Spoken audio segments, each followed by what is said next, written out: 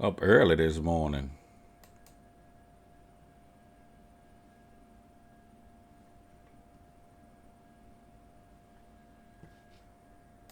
Up early this morning here in the Caliente Garage.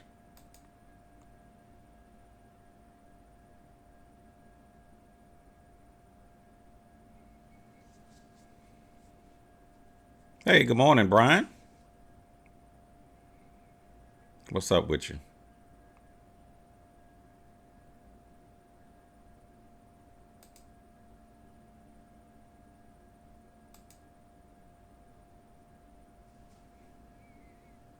I'm up early this morning.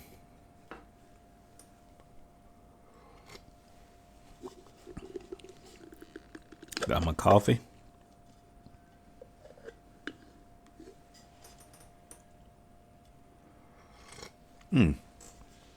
That's good. That's some good coffee there.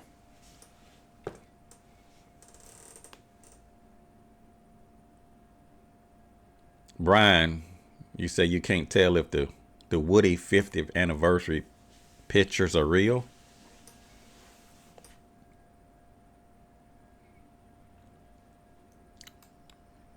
I mean, the new model is out, so I don't know why you can't tell if the pictures are real.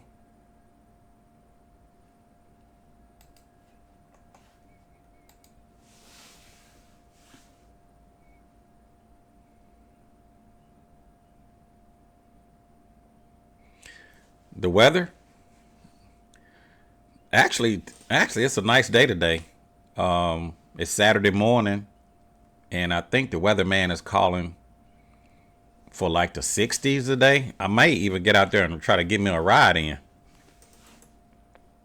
Let me look at and see what the weather is for today. That's a very good question.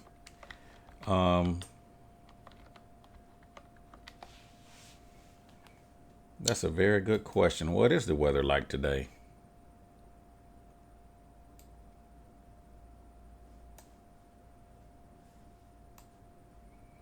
I'm thinking that the weatherman says it's supposed to be warm today. Let me pull it up and see what they're saying.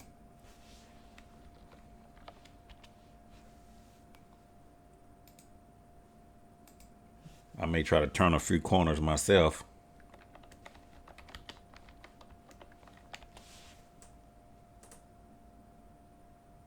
Okay, it's a 10% chance of rain.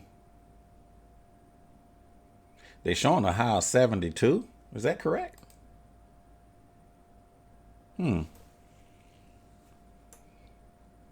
That can't be correct.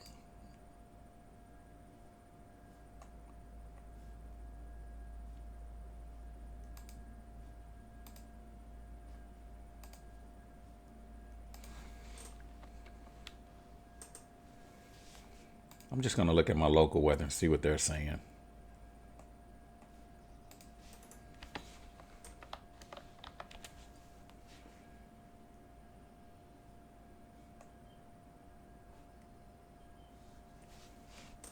Good morning, everybody.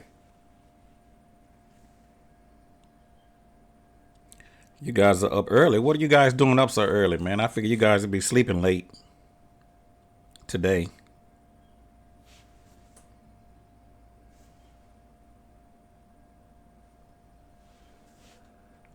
Yeah, they showing today a high of 72, and then it's supposed to have a low of 40. And I guess after today, it's going to drop back down into the 40s. So it's going to get cold after today.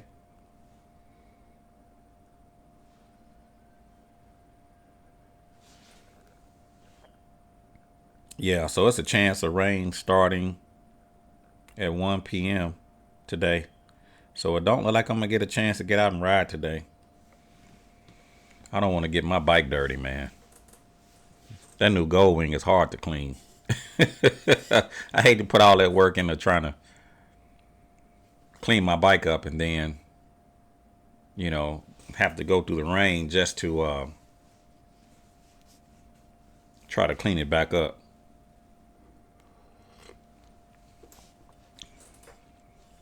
Robert saying it's time to ride. It's going to be 73 in Trenton, Georgia. Okay. Sounds good. And you would like to see to the new style. Let me get off of that.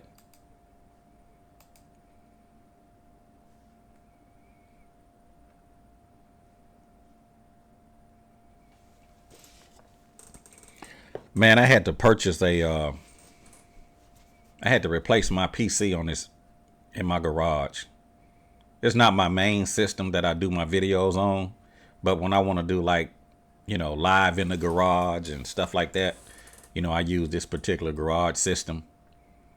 And the other day, I hadn't used my system in a while, man, and I don't know what happened. I came out, after the new Gold Wing was released. I said I'm gonna do a live in a garage, and my system was lagging, and I don't know what was going on. I went back into the house, checked my home system, my main system. It was working fine, internet fast.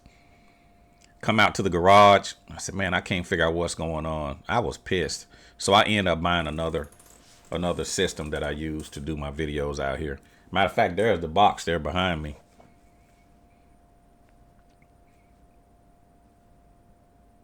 Hey, good morning, Charles. I see you, my brother. What's going on, Charles?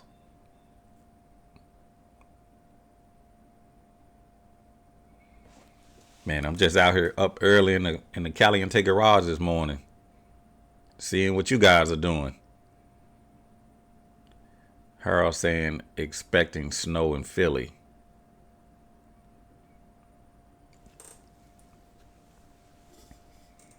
Hey, Harold, you can keep that snow up to the north.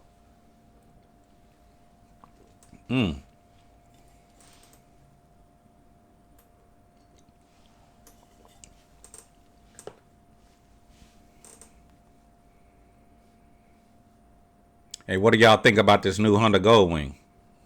The new colors. I know some of you guys missed my video, my live on last night.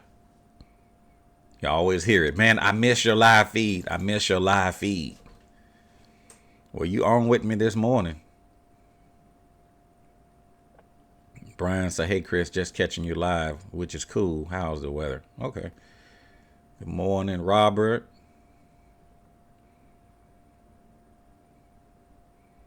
Car and motor washing yard work for this AM. Fertilizing time and weed prevention for Texas.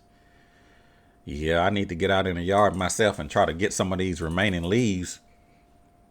I don't even have trees in my yard. Everybody else leaves blow into my yard, and I have to get up their leaves. I don't think that's right. That's not fair.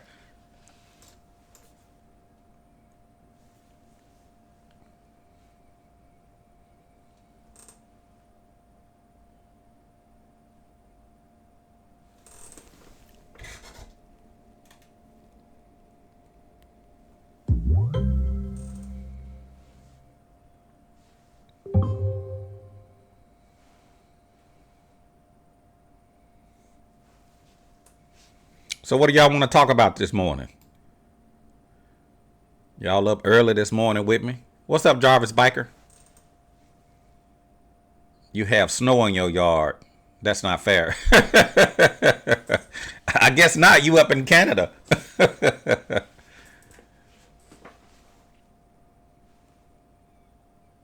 What do y'all want to talk about this morning? Talk to me. I'm going to let y'all choose the topic today.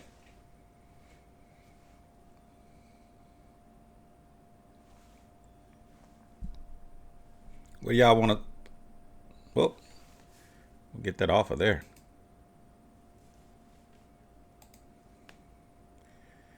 That don't need to be there.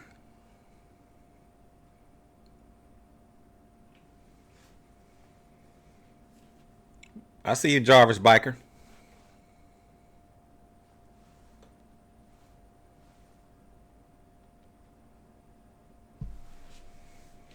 What do y'all want to talk about this morning? You guys are up early with Caliente this morning.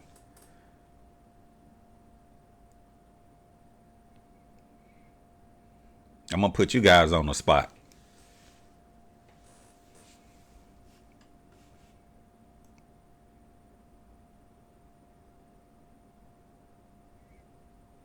Can y'all see my number up on the screen? 901-468-9032. That's a direct line to the Caliente Garage right now.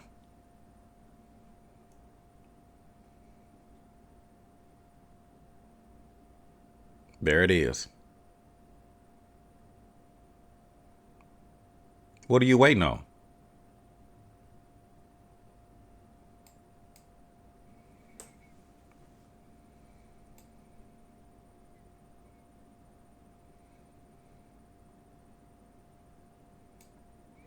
What's on your mind, Jarvis?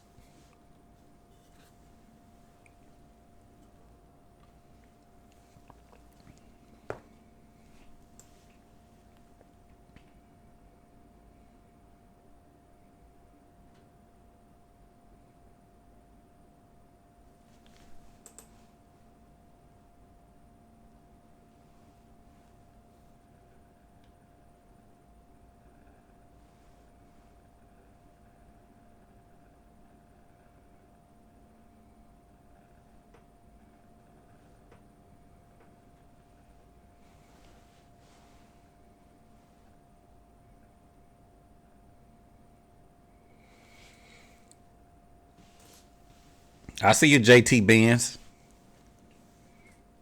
What's up? Barry Wilson said, don't see it.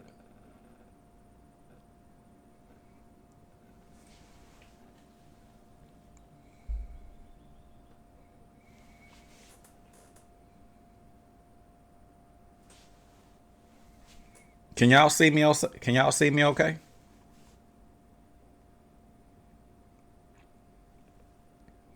Guy Lupo. Hey, Chris. Good morning. Checking in from Babylon, New York. Lupo, the locomotive madman. I've never heard of Babylon, New York. I need to look that up. Babylon, New York.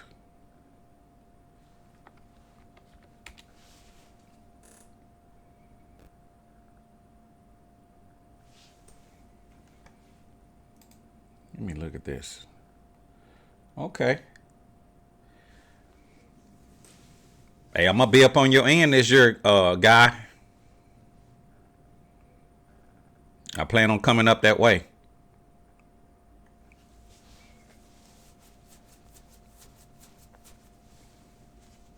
Maybe you can catch up with me.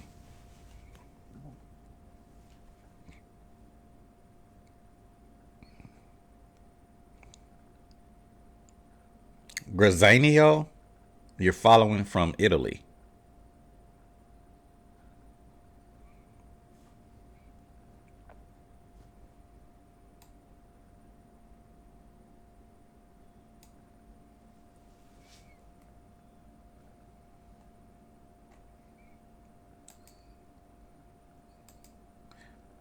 There we go. There the comments are. Barry Wilson, 64 in his area. What's up, Joe McGee? 66 in Texas. Barry Wilson, is it still posted? Is what still posted, Barry? Hey, good morning, Oscar.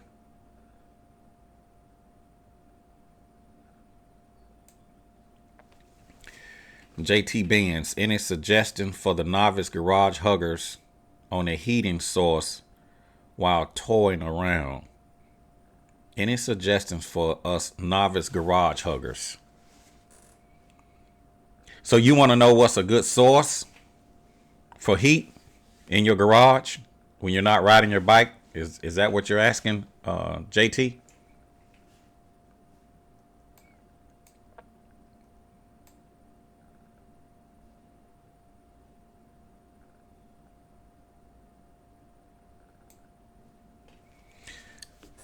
JT, I kind of use like a dish heater here in my garage. I got a couple different heating sources. I got a dish heater, and I have a kerosene heater.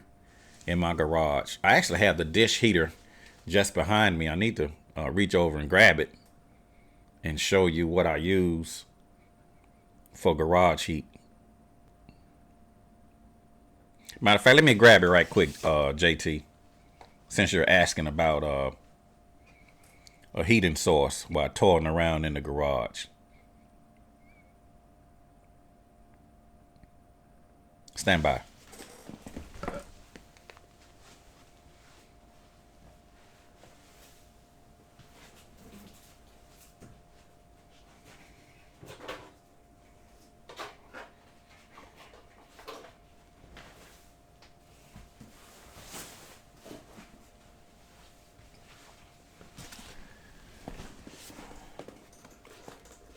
JT, if that's your question, now I use this dish heater. I don't have it connected right now. Right now it's probably maybe 60 degrees here in this garage. This thing here, man, works great.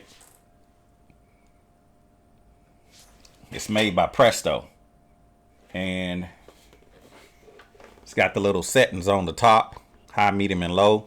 So you plug this thing in, and it'll directly it'll direct the heat wherever you point the dish. So instead of a regular heater just heating up the area, this here is like a focus heat. So I use this in the wintertime, and I also use a kerosene heater. It works really well. I picked this thing up at Costco.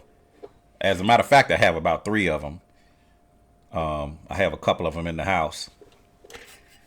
The first lady actually stole one from me, so I had to get another one.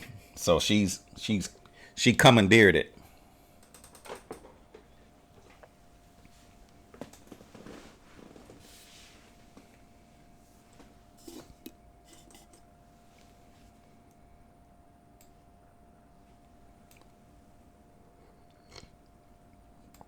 Joe says 66 in Texas.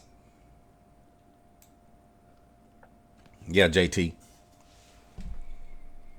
Hey, what's on y'all mind? What do y'all want to talk about today? I'm going to give you guys an opportunity to kick it off. My phone line is open right now. 901-468-9032.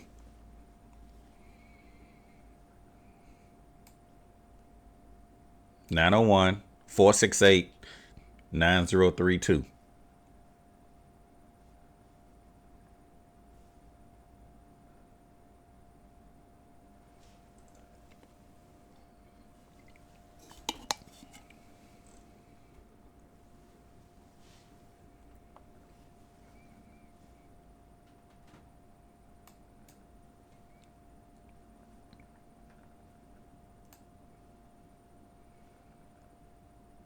How often do I come to Alabama? TJ, not that often. I kind of generally pass through Alabama lots of times. As a matter of fact, I'll be passing through Alabama because it's my intentions to go to Daytona Bike Week. And with that being said, I'm going to be passing through Alabama.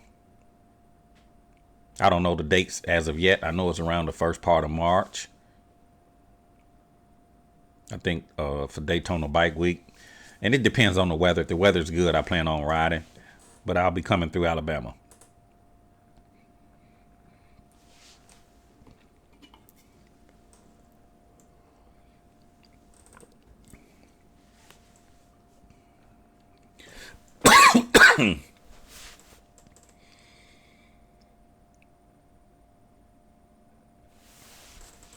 What is the average cost of a clutch replacement of a 05 Goldwing?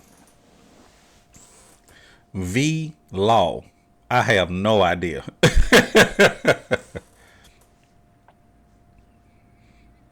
But there's a place in Paducah, Kentucky. It's a Honda dealership, and they actually do that type of work. It's not many bike shops want to touch a Goldwing, especially when it comes to gears and things like that. As a matter of fact, I'm going to give you a telephone number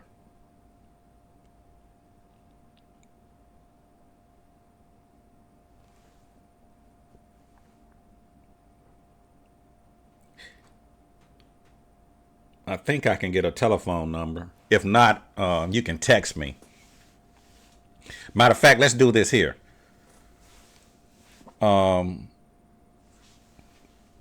If you want to know the telephone number of the shop that can work on your clutch for your '05 Goldwing V-Law, you can text me at 901-468-9032. You can call me at that number, or you can text me at this same number, and I'll give you the number of the shop that can replace your clutch. They're out of Paducah, Kentucky. So I'm not sure how far are you from Paducah, Kentucky. Where are you located there, V-Law?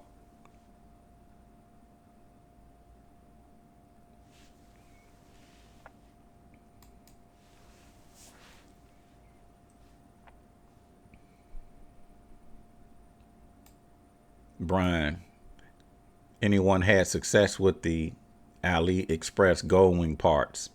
It has done me well and saved tons of course. I've never used AliExpress myself, not personally. I don't know if any of the viewers have actually used that.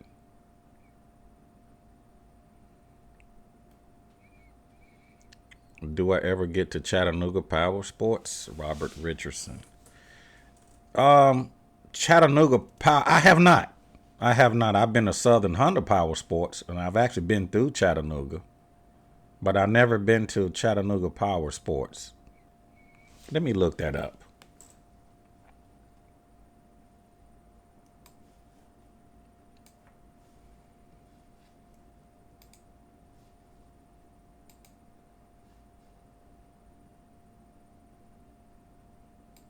We're gonna look that up. I don't think I've ever heard of them.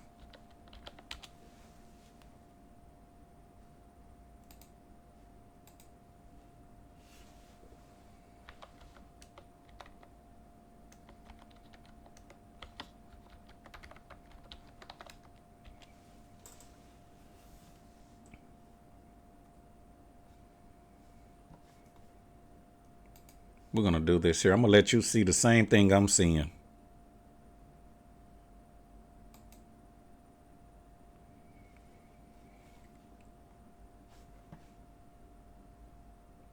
And this is for Robert Richardson. I see Mountain Motorsports in Chattanooga. We got Southern Honda in East Ridge, which, I've been there.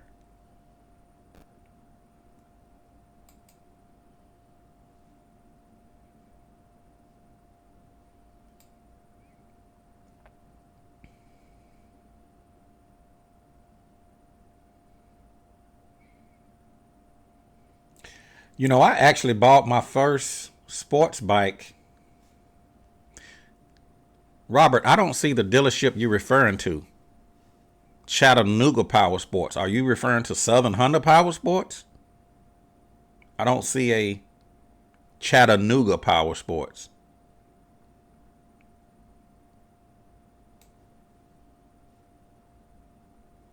You're going to have to be more specific there, Robert.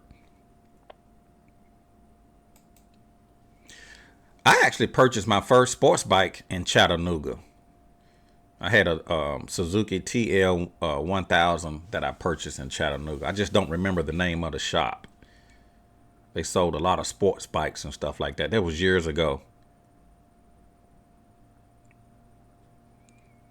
Okay, let me go back, Robert. You saying you are right. I just used the city name. The Godfathers there. Oh, okay. Okay, yeah. Yeah, you're talking about Southern Honda Power Sports. Yeah.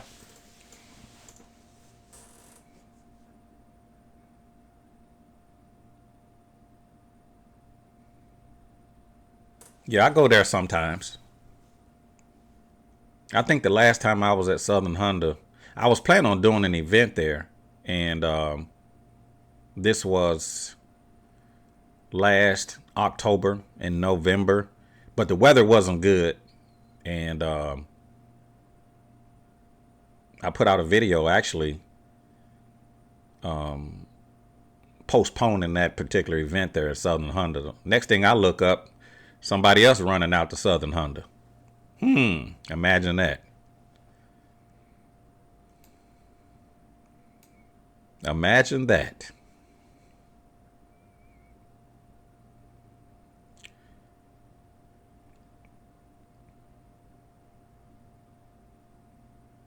Brian, you got the upper and mid lower wind deflectors and lights. Brian, where did you get the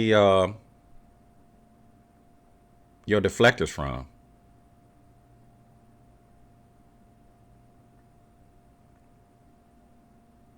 Robert says you missed my end of the year ride.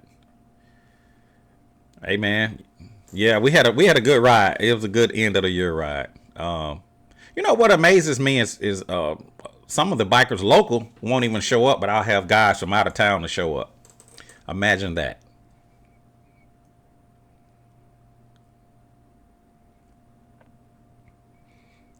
Quam. Ooh, I can't even pronounce that.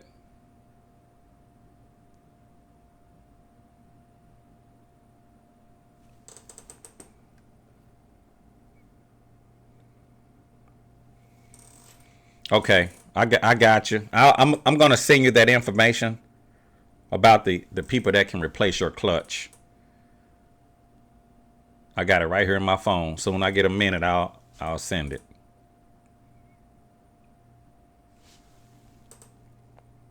After you click in the first gear, the bike will pull forward and then shut off while the clutch is pulled in. Seems like somebody has had that same problem. Let me get this straight. After starting the bike, you click it in the first gear, the bike will pull forward and shut off while the clutch is pulled in. I don't know. You may can try to adjust that little knob on your clutch, the little dial. It seemed like your clutch is engaging. I've heard somebody's had that same problem. It seemed like your clutch is engaging, even though you have the clutch disengaged. So I don't know if you can turn that little wheel on your clutch handle, and maybe that will help. I'm not sure when the last time you changed your fluid, but on that particular bike, you do have a hydraulic clutch, so it may need. I'm not sure what it may need, but I'll give you a phone number of someone who will know exactly what's going on with that.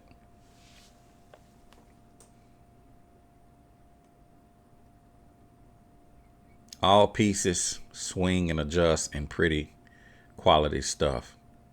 Brian, where did you get your wind deflectors from? Did you get them from Wind Wings, or are you talking about another brand?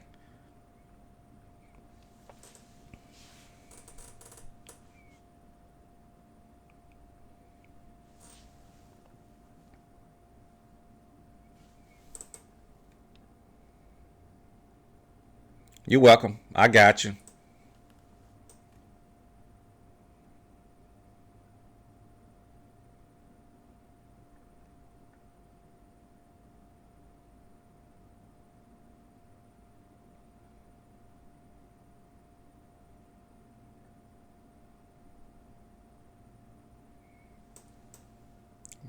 I'm just checking out your comments here.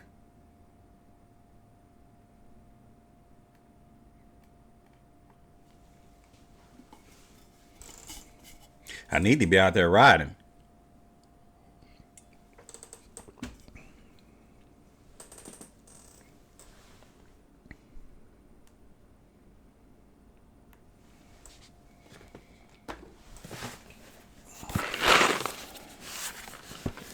I got a box cutter.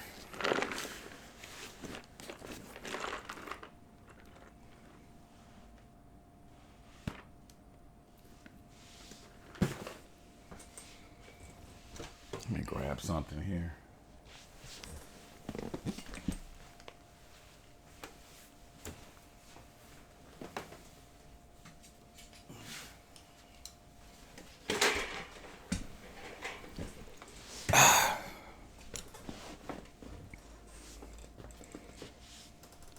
Hey Brian, where did you get your wind deflectors from? You didn't put that in your comments. I have, as a matter of fact. Speaking of wind deflectors, these are the wind deflectors that I have on my bike. If you guys missed the video of how to put these on, man, these things work great. That's one of the things about the new style Honda Gold Wing is that when you're riding, you get a lot of wind, and the next thing you know, it's trying to pull your shirt off. Your shirt is all puffed up because you're getting a lot of wind on your body. When you're on this new wing, I promise you, you add these on here, and that's going to block a lot of that wind. So I have the lower wings. I think I have those behind me as well. As a matter of fact,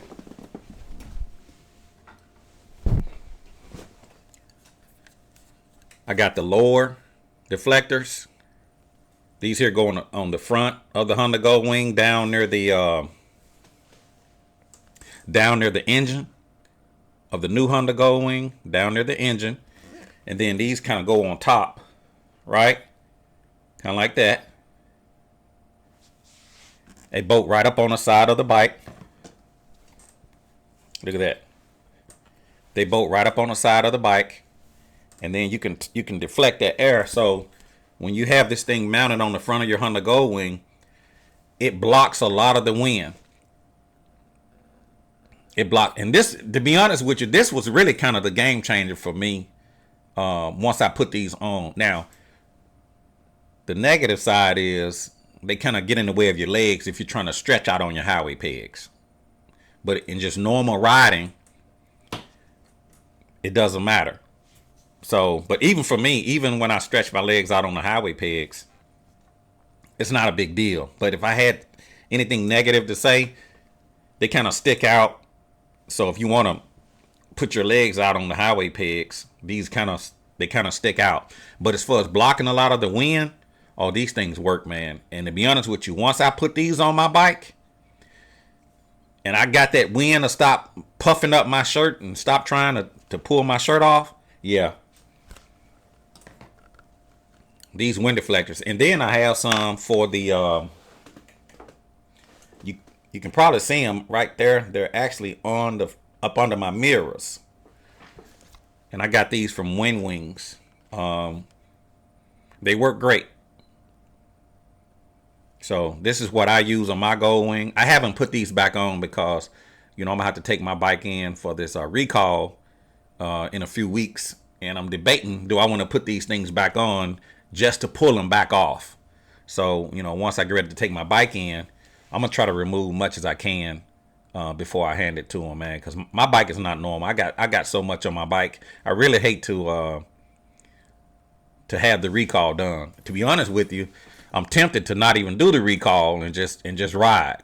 Because I hate, man, my bike got a lot of stuff on it. And I just, I was never intending on taking all this stuff off.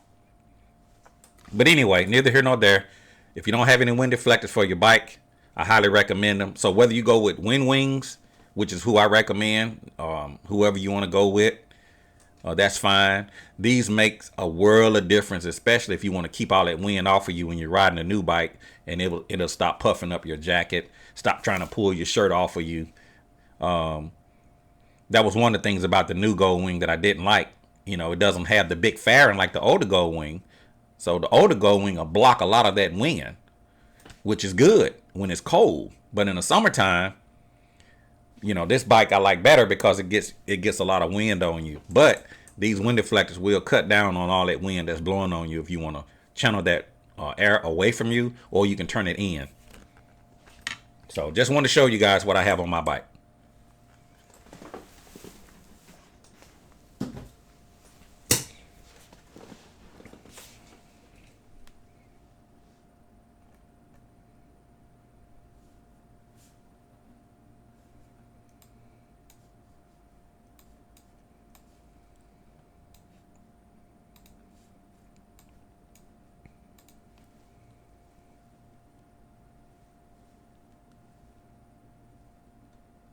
Y'all up early with Caliente today.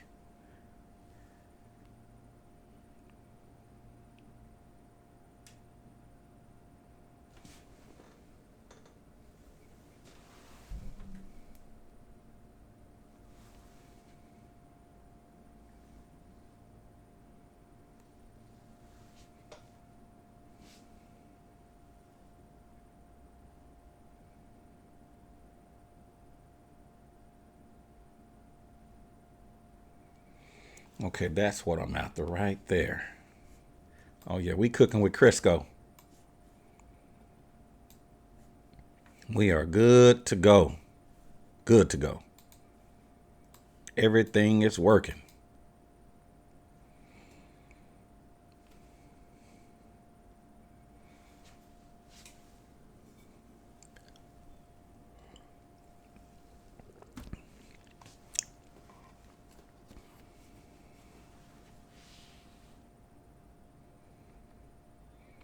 Good morning, everybody. Y'all on with Caliente this morning. My phone line is open, 901-468-9032. Don't be scared. 901-468-9032. You on with Caliente. Talk to me. I'm always getting, my phone rings every time I shut the live feed off. Then my phone start blowing up. My phone started blowing up. And I said they will call once I turn off the live feed. Now the live feed is on and the phone line is quiet. Don't be scared.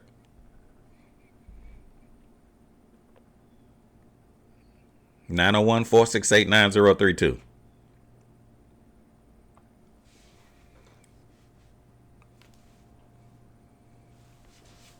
David is watching. David's Bispales.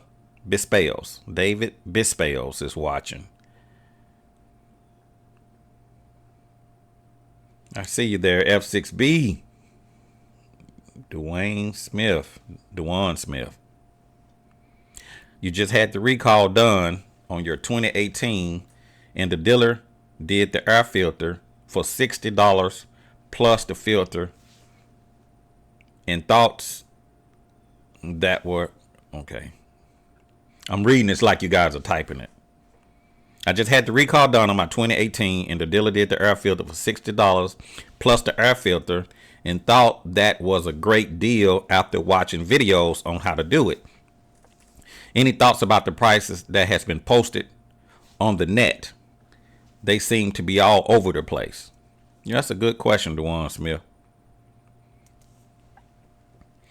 Honestly, as it relates to the air filter, I'm not 100% sure what all they have to do with this recall. I know they have to take off the gas tank. I wish they can go from up under the bottom of the bike where they don't have to take off the gas tank. I'm not sure if that's even possible. I was going to let the dealership do my air filter since, they had to take off the gas tank anyway. But, here recently I did my own air filter. I don't think they have to take off the front air filter portion to be able to do that recall. But they kind of already down there anyway. Because to get to that air filter portion, you got to take off the side panels and you got to take off the top shelter. So I'm not sure if they would need to do that to just do the boat recall. But getting back to your main question, what do I think about, the prices that, people are charging to do the air filter? That air filter job is tough. That's one of the reasons why I hadn't showed step by step on how to do it. It's just a lot. And if there's any videos out there on how to change the air filter, people want to charge you money. They want to charge you for, to be able to see how to change the air filter. And I can kind of understand why, because it's a tough job. But your original question, what do I think about the prices that are floating around out there? I don't know. If they only charge you $60 extra to do your air filter, I would say that was a hell of a deal. I talked to one writer in Texas. He said that the dealership wanted, I think, an extra $100 or $100 and some bucks to do the air filter, if I'm saying it correctly. But if that's all you have to pay, is $60 or $150 or either $200, I think it's worth it, because that air filter job is tough. In my personal opinion, if you're going in for the recall and you haven't done the air filter, just let them do it. I don't know what they're going to charge you, even if they say, well, it's going to be $200. To me, it'll be worth it, in my personal opinion, because that air filter job is tough by itself. Just by itself is tough. Now, the more you do it, the better off The faster you could do it. But everybody's bike is set up different. I have so many wires and things on my bike. Man, it's going to take a bum tech to disable all the wires I got. So, yeah, it's worth the price. Let's see here. What are you asking me? What's up, brother? Do you think you would ever do a video replacing the front speakers? The OEM speakers are terrible. I haven't planned on it. I don't really get into a lot of the music. Most of the time when I'm riding, and for people that ride with me know, when I'm riding, most of the times I'm recording. So I rarely get a chance to just listen to the music on the bike. But the average rider, they want to listen to music, when they're going down the road. So there are some guys out there that's throwing in these systems and upgrading the speakers. And I do understand. For me personally, I never play my sound system. I rarely turn it on. So I don't think I'm going to do a video showing how to replace the speakers. You're just going to have to get in there and start tearing some things off. That's all I can tell you at that point. Or you're going to have to take it to somebody and let them do it for you. But I don't plan on doing a video on how to change out the speakers. I really just don't listen to music when I'm riding.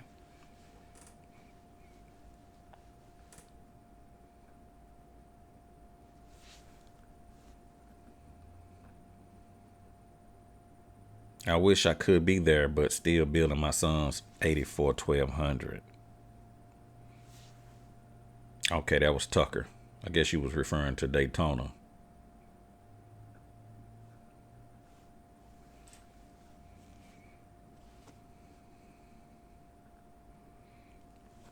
How is my live feed? Is it smooth? Is it clear? Is it lagging? It should sound good, much as I spent to replace this thing. I wasn't planning on it, man. I was pissed. I got my old system sitting right here next to me. I actually built it. But, it would have took me time to get a new tower, to get a motherboard, a processor, I didn't want to go through all of that. I just bought another system. Totally unexpected. So I figured I would get my money's worth and get out here today and just talk to you guys here live in the garage. Yeah, V-Law says perfect. Thank you, V-Law. I wish it was perfect other night. I was about 5 days behind because as soon as the 2025 released, I got a call. But I was not in position to talk about it. So I said, well, I'll deal with it tomorrow, which would have been the following day. So the following day, I decided to come out here and do a live and go over this 2025. Well, my system was crashing and it was doing a number and it pissed me off so bad.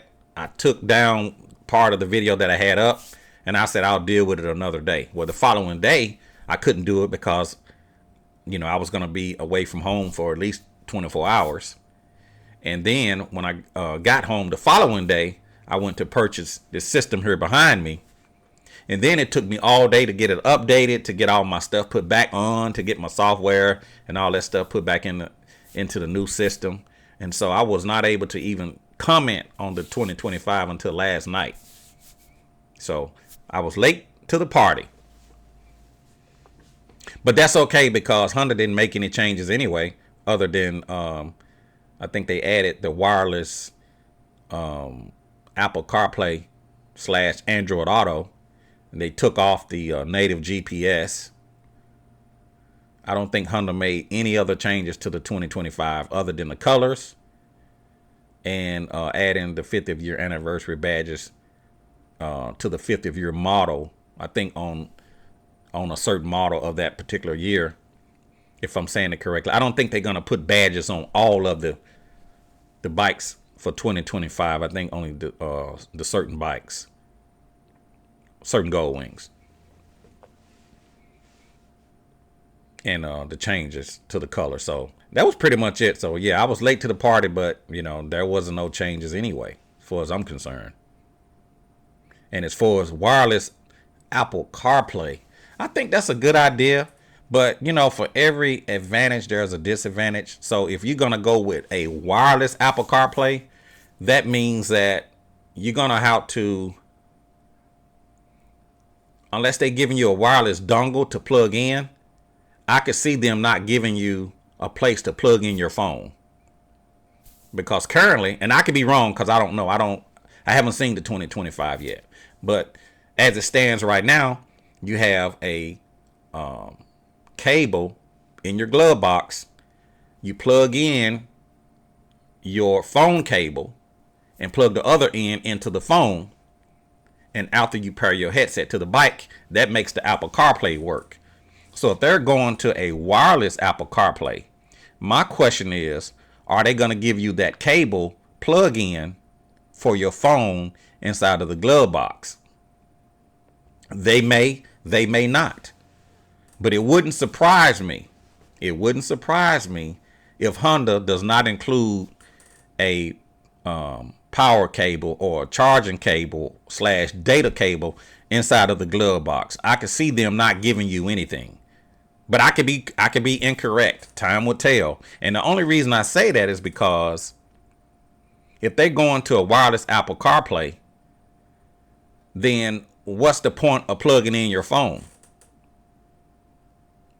So with that being said, it sounds like to me, and I could be wrong, I'm only speculating, that you're going to have to pair your phone to the bike and you're going to have to pair your headset to the bike, unless they eliminated the headset part.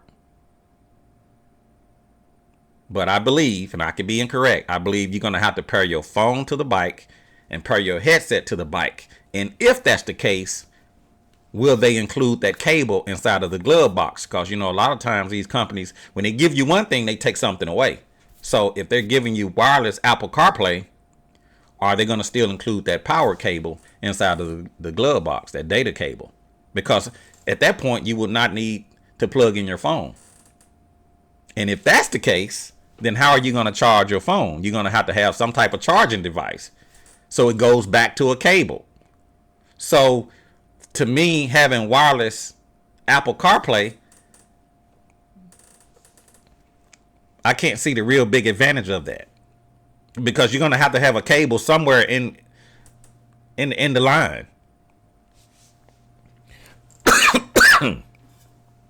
Y'all excuse me. Got these sinuses working this morning.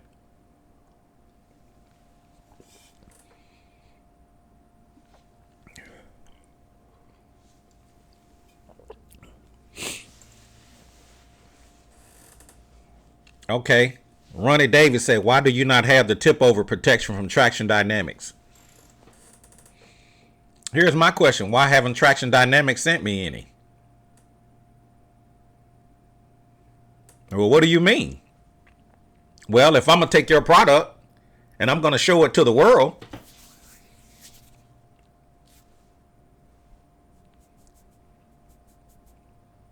should I have to pay for them, or should you send them to me? Now, if you sent them to me, what do you have to lose? So yes, I could buy the tip over protection and put it on my Gold Wing and tell everybody, hey man, this tip over protection is the best thing since sliced bread. But what's in it for me? So I'm not saying it's a good product. I'm not saying it's a bad product. But why would you not send them to me? Let me put them on my bike, make a video on how to install it, and help advertise your product to make you money. The only thing I would get out the deal is some free tip over protection. So getting back to your original question, why do I not have the tip over protection on my bike? Why haven't they not have been sent to me? That's all I'm saying. I'm just keeping it real. And the reason why I say that, because most of the companies that make products for the Gold Wing, they'll send them to me. Now, some things I'll buy, but some things people will send to me. And when I did the video on the battery extender bolts, I have the battery extender bolts on my bike. I put them on the previous generation. I bought the Traction Dynamics battery extender bolts. I did a video on it. As a matter of fact, I can pull up the video to show you guys. And the video got a lot of views. And a lot of people went out and bought these battery extender bolts after I was recommending them. And also, Traction had a video, I think, as well. I reached out to Traction and say, hey, man, I did a video on how to put these battery extender bolts on. You know, I've been advertising them for you. And after about 4 attempts to get a hold of, you guys know who I'm talking about, they finally responded back with one word: thanks. That's all I got out of that video. Matter of fact, I'm going to pull it up. I'm going to pull that video up. Show you guys what I'm talking about.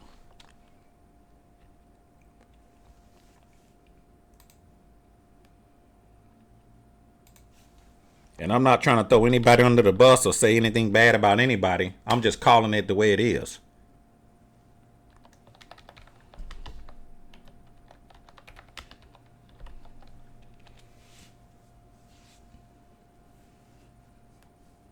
Okay, let me go to my browser.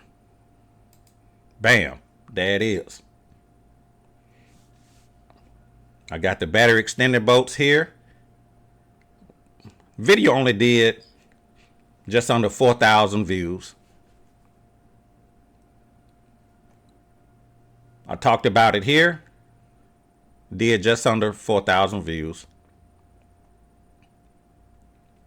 And I did a video here on how to put them on, just under 3,000 views. Okay. So I recommended these things to all of my viewers. Okay. I recommended these things to all of my viewers. I said, hey, they're great. And I recommend them even now. But after I reached out to you know who and said, hey, I did a video on your product. After 4 attempts of trying to reach the person, I got one word back: thanks. That was it. That was it. So you mean to tell me out of nearly 10,000 views, that's all I get is a thanks? I didn't get anything out the deal. So, you know, a lot of times if these companies want me to put their products on my bike, I'll be glad to put them on their bike. But some of these companies have to be willing to send me some things too, because it only makes them money. That's all I'm saying.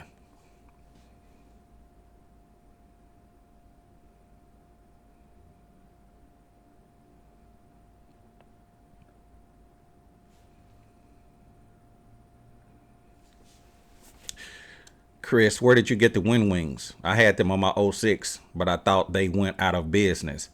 I picked them up at a company called Wind Wings. Wind Wings. Matter of fact, I'm going to pull it up and show it to you guys, in case you guys want to. Excuse me. In case you guys want to.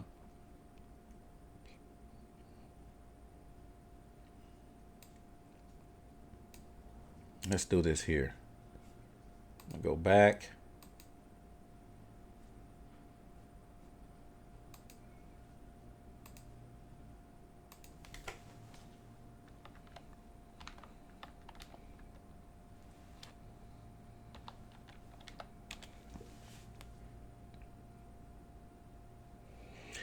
This is the company that I use, windwings.net. Windwings.net. I actually had a friend of mine, or a viewer, actually contacted me last night, and he was complaining about some things, not with the product, but I guess with some shipping. I'm not going to get into that because I don't know either side of the story. But this is who I use, windwings.net. Why is that there? Okay. And so let's say you have a new style Honda Gold Wing. You're going to you go down here. There's the menus, the 01 through 10, 2012 through 17. 2018 through 24. So let's say you have a new style Honda Gold Wing. You're going to click on this tab right here. And it's going to pull up the wind wings. There's the colors. Okay. We got the different colors. We got the prices underneath. You can click add to the cart. So they got a black for the 2018. It's the 2-piece short set. 2-piece short set, 2-piece short set. This is our third piece for the 2018 design for the long-legged rider. So they actually do it in 3 pieces. So for the 2-piece, let me go here right quick, go back over here. So this is the 2-piece, okay? This is for the new style Honda Gold Wing. Now, if I go back to the browser, this is what they're talking about, the 2-piece. Now, if you come down and you want to get that third piece right here, the third piece is going to go on here, I'm assuming, down here for 3 pieces because you got a piece here, right? So I guess it's going to give you an additional one here on the bottom. You're going to add $90. Yeah, so here we go. It's actually showing you a picture. Let me go here. So it's showing you a picture of the 2-piece.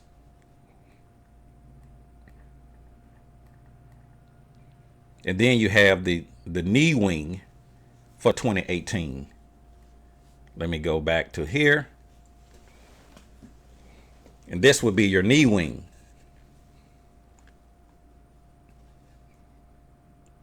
Go back to the browser. That's your knee wing. Then you have the mirror wing. So if I move my head a little bit, you can kind of see right behind me, there's the mirror wing. So that website is winwings.net. Winwings.net.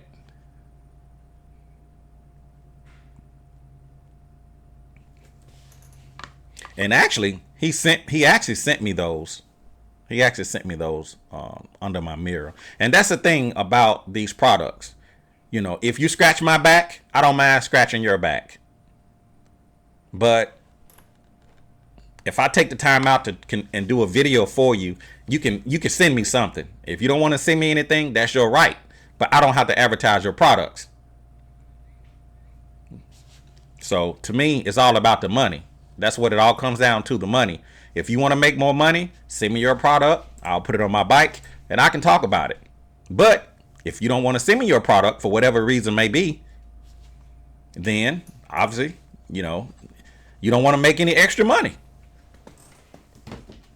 Does that make sense? And I'm not throwing anybody under the bus because it applies to everybody.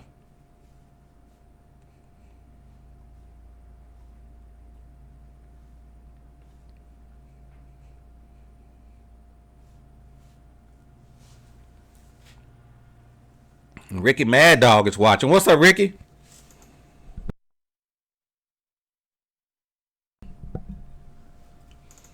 I see you there, Ricky Mad Dog. TJ Tucker said he was talking about Daytona. He passed away September 23rd, and he was building it. Now it's mine. Okay. The one's crystal clear and smooth. Just checking out your guys' comments. If you guys want to get on with your boy Chris here this morning, 901-468-9032.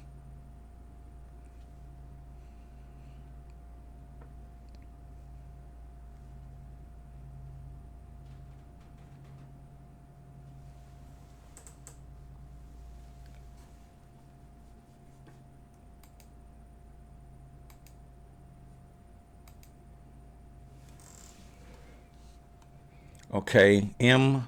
Willem. Shipping is expensive, and I had trouble with customer service. No one would call me back.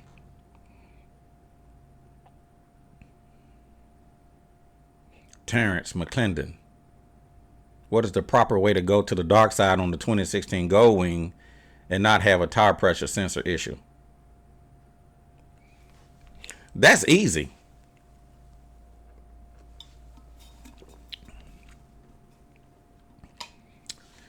Hey, Terrence, what I did on my bike, I went to a car tire, but I didn't take off my tire pressure monitoring sensors.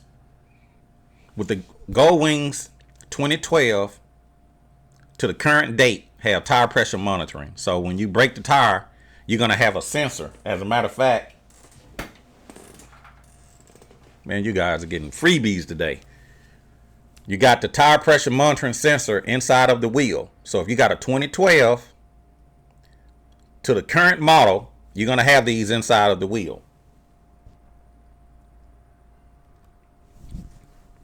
As a matter of fact, I have some more sensors there behind me.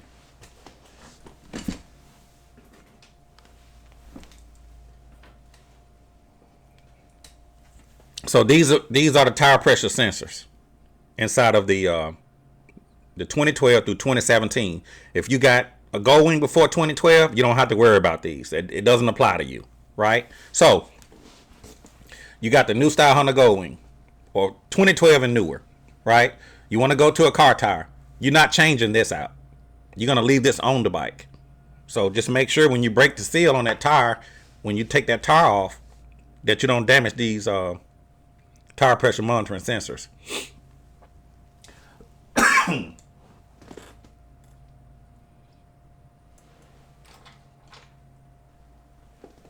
So if you have the older Gold Wings, you're gonna have these valve stems that look like this. So if you got the 01 through 2010, because they didn't make a Gold Wing in 2011, your valve stem is gonna look like that. So when you break the seal, you don't have to worry about it. But if you have the 2012 and above, you're gonna have this sensor inside of the wheel. Okay, so very simple. The bottom line is when you dismount the rear tire or the front tire, doesn't matter. You're gonna leave that sensor in the wheel. You're just gonna put your car tire on the bike, right? So this is just gonna read the pressure that's in the tire. It doesn't know if you have a car tire on the bike, a motorcycle tire on the bike. It doesn't know if you have it doesn't know. It's just reading pressure, right? So that's it. You're just gonna just put the tire on the bike. Okay.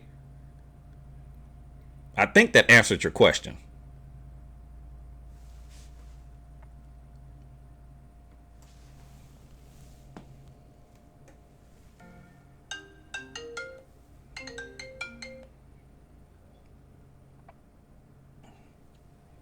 Go ahead, you on with Caliente. Live. Hey, Chris. Hey, what's up? How you doing? Hey, what's going on? This is Lorenzo from Davenport. I talked to you yesterday. What's up, Lorenzo? I forgot to ask you, what windshield do you use? Because the one I have that came with the 23, I get too much buffering on that windshield. Yeah. I use the F4 custom windshield. F4 custom windshield. F4 custom windshield. As a matter of fact, I'm going to pull up their website. Okay. It's called F4 custom or F4 customs. Let's just look at F4 customs. We're not getting anything, are we? Let's do this here.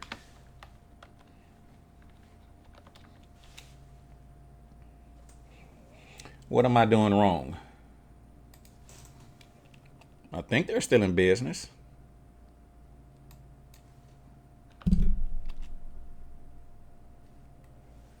Let me go back. Let me do this here.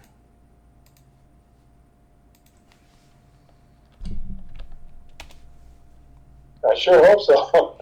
Let me just check, man. Some of these businesses, here today, gone tomorrow. I don't know. I haven't been to their site in a long time, but I'm assuming that they're still in business.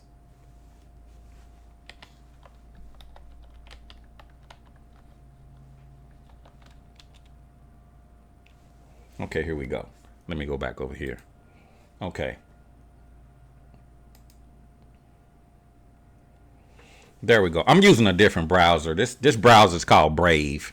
So I don't generally, this is kind of my backup browser. The website is F4 Customs with an S F4customs.com. So you have, Okay. what year's your Gold Wing? The new style? Yeah. So you're going to I go, have, I have a 23 Gold Wing. okay, so you're going to go over to Honda. You're going to see the 2018 and up. They make them for the 2001 through 2017 and for the F6B and for the 1500. In your case, you're going to have the 2018 and newer. You're going to click on that. And then you got the windshields for the GL 1800, 2018 and newer. Now, I have the F4 Plus. Well, it's not the F4 Plus 4, but on the last big Gold Wing, I had the F4 Plus 4. So when I purchased my Gold Wing, I purchased the biggest windshield that they actually made at the time. So let's see here. Okay, so you see GL 1800 standard 16 inches, and then you have a standard 20 inches, and then you have a wide 24 inches. So let's see here. The 16 sport windshield and 20-inch motorcycle windscreens are manufactured. A standard width is 2.5 wider per side. Okay. Hold on, you must select when ordering. So it's going to be 2.5 inches wider. Please note. Okay, so basically you want to go with the 24-inch windshield. It's 4 inches taller than the stock windshield. Okay. Wait a minute. The F4 custom replacements wide width windscreens for the 2018 is 4 inches taller than the stock height on the tool, and 8 inches taller than the stock standard model. So on your windshield, I guess this one is saying it's 8 inches taller than the than that stock windshield. Okay. So that's what I have on my bike. I have this one. Cool. They got some Airwing products.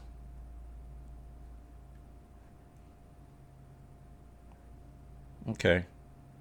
But anyway, that's the website. F4customs.com.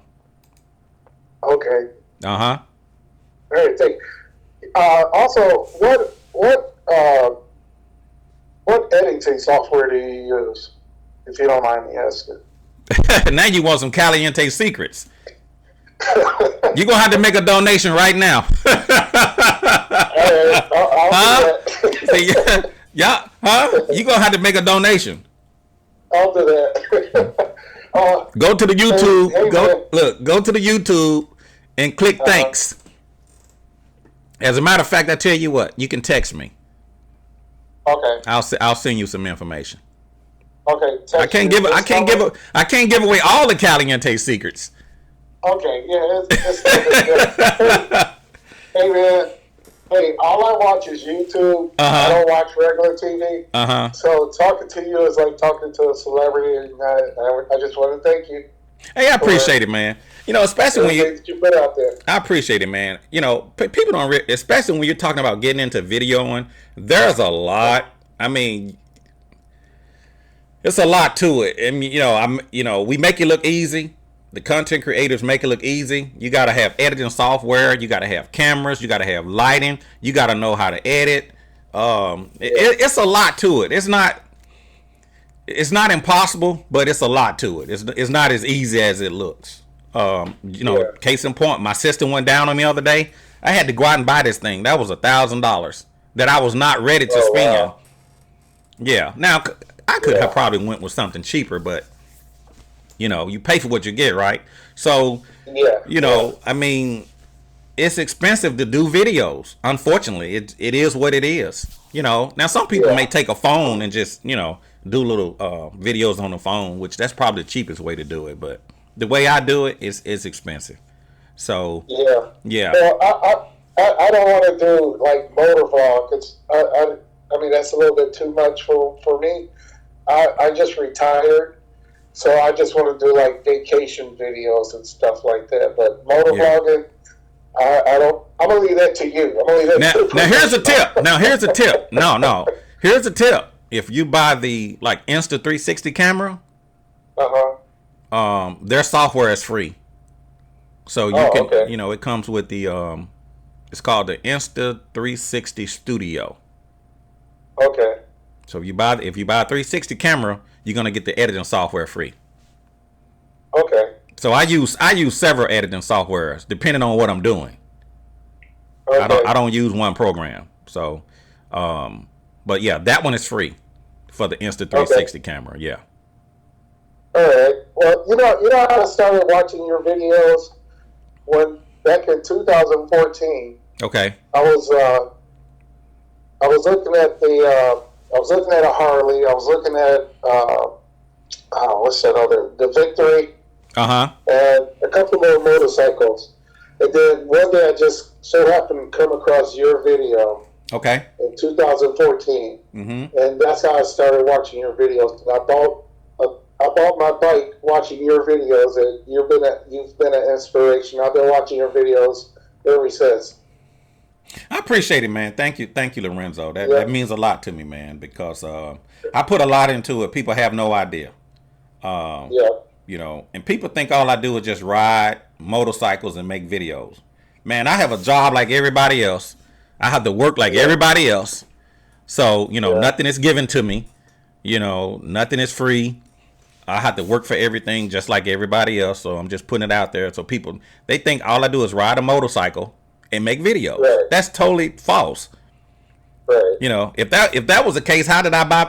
How did I replace this thing? I mean, they're not giving this stuff away. So right. I appreciate it, man. I put a lot Yeah, into it. And I thank God for the viewers and the followers that I do have. yeah. Uh huh. I really do. I appreciate Well, it. you have a dedicated follower here, and I'm gonna keep following your videos. And And what?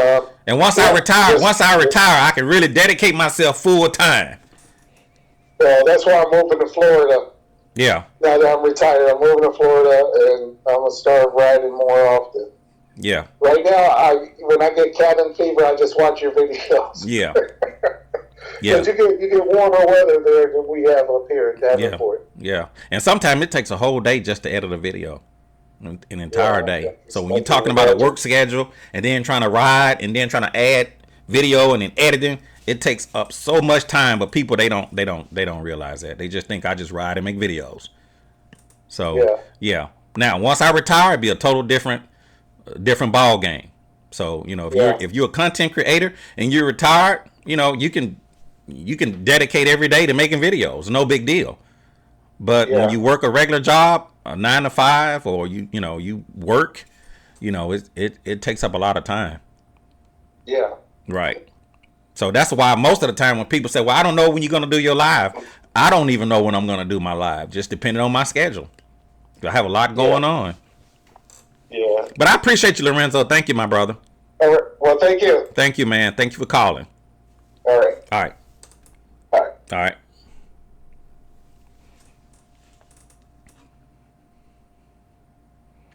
Chris, you have any feedback on the Michelin tires for the 2018? Do I have any feedback on the new Michelin tires for the 2018?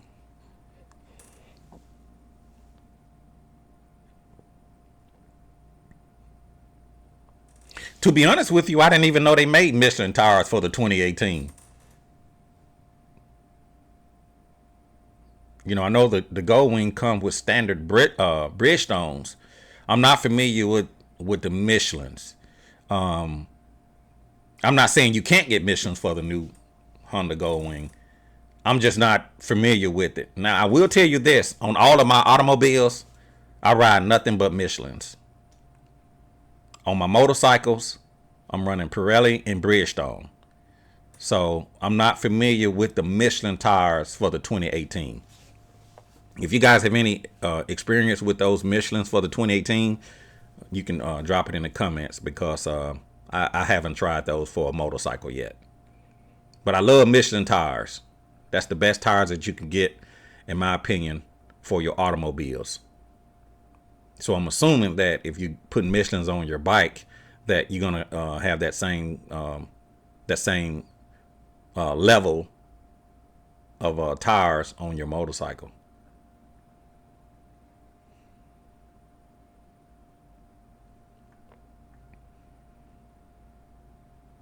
And you ask, what's the proper way to go on the 16 and not have the tire pressure sensor issue? Well, what I did on my 16, I had Honda to disable, because at the time, this is what happened to me, Terrence. You know, on the Gold Wings prior to 2018, all you get is a tire pressure monitoring light, and I think you get a ABS light, if my memory served me right. The problem I had is my tire sensor would flash, and sometimes that means that the battery. What did I do with that thing? It's amazing.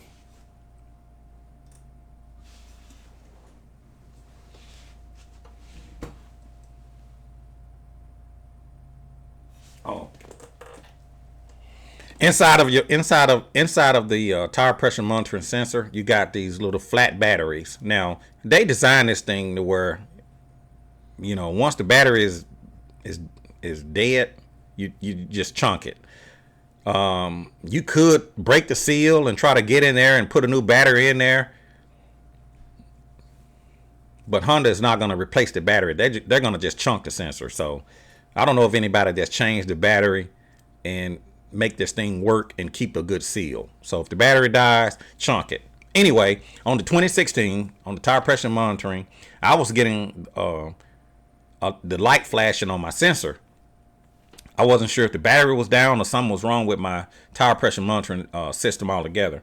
Make a long story short, come to find out, because I took the bike in under warranty, they said my batteries was down in my sensors, or in a sensor, and they was going to order some new sensors. But in the meanwhile, they could disable my tire pressure monitoring sensors altogether.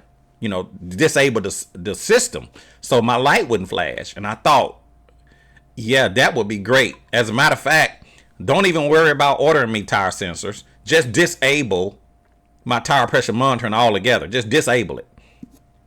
So once they disabled it, I was able to take these off of my 2016 Honda Gold Wing. And I don't have it in front of me, but I went with regular valve stems, like some T-handle valve stems. So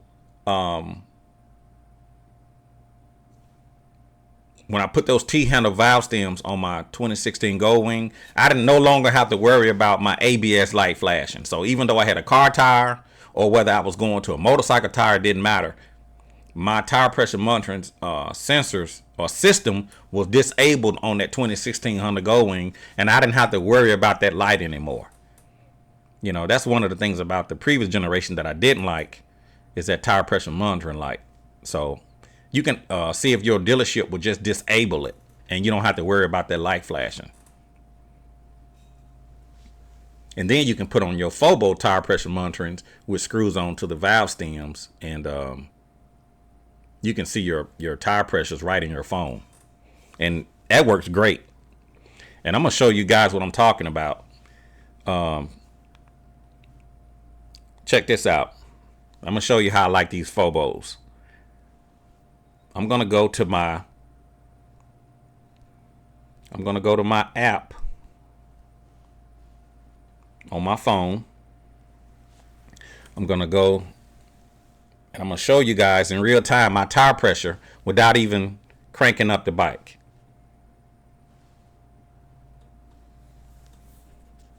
So I'm going to give it a minute. It's going to take a minute to actually, let's see, one of them already kicked on. I don't know if you guys can see it. That's a lot of light there.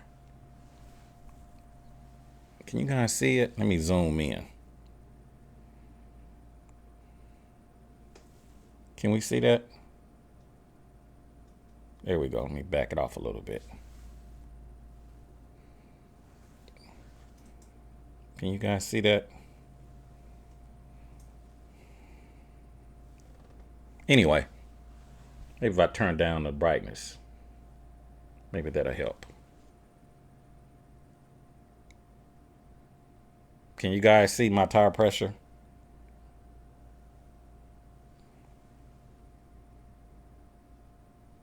So that's the thing I like about the Fobo tire pressure monitoring. On the new style Honda Go Wing, you got to crank the bike up, and I think you have to actually ride. No, I think you just crank the bike up, and you can see your tire pressure. The thing I like about the Phobos is that I can see my pressure without the bike even running, and it gives me the pressure in real time. So on this bike, I have the Phobos and I have the original OEM tire pressure monitoring system active.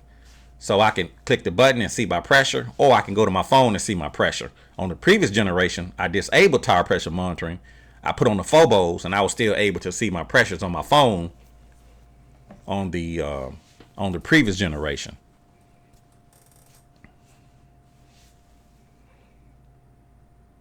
Lorenzo actually went on my YouTube and made a donation. Thank you, man. I see it, my brother. Thank you, man. I appreciate that, man. See, that's what I'm talking about. I love you guys, man. You guys are awesome. Lorenzo, thank you, man. I appreciate that. Lorenzo, I'm gonna text you. I'm gonna save your number, Lorenzo. As a matter of fact, Lorenzo, text me. Text me at the number you called me at, 901-468-9032. I'm gonna lock you in. I'm gonna send you something there, Lorenzo. 901-468-9032.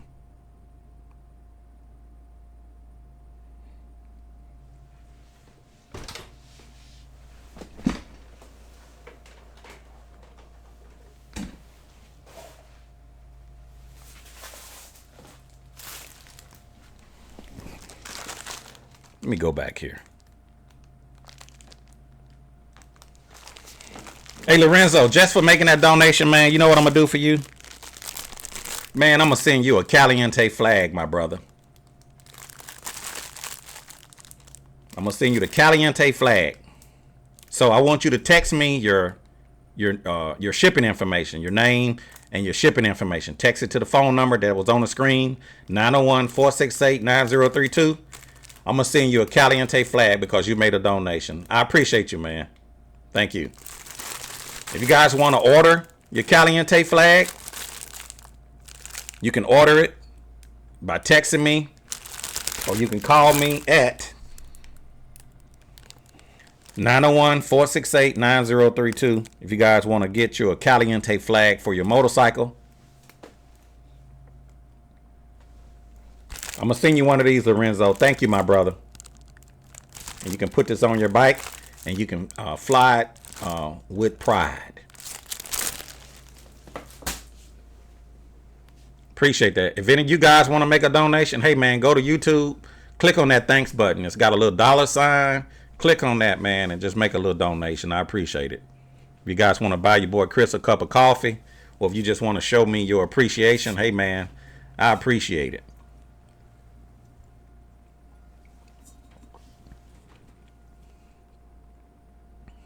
Mike King is watching. Okay, Mike King, I see you, my brother.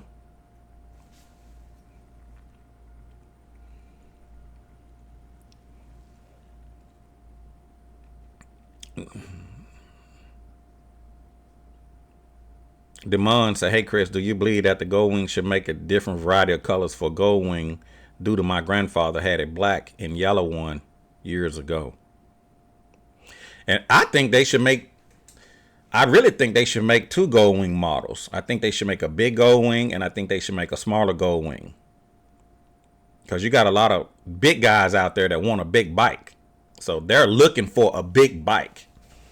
And I think that's one of the things that they fail to understand overseas about the American riders. They like big houses, big cars, big motorcycles. They don't want small. Small is okay. I love the small bike. Don't get me wrong. But you got guys out there that want big. So in my opinion, they should have made 2 bikes. A big bike and a smaller bike. Just upscale the big bike. And you can still make the same size for this bike. So you just have the same bike, just one is bigger. And then they can evaluate which bike is actually selling the most. If one bike is selling more than the other, then they may want to discontinue the smaller bike. But I would have put 2 bikes out there. And I just would have made one bigger and for the big guys and just see how that bike is selling. And I would, give different varieties of colors, just like cars. I would probably have 3 or 4 different colors for one size, or the same for the big bike. Just 2 different bikes, 2 different sizes with multiple colors, in my opinion.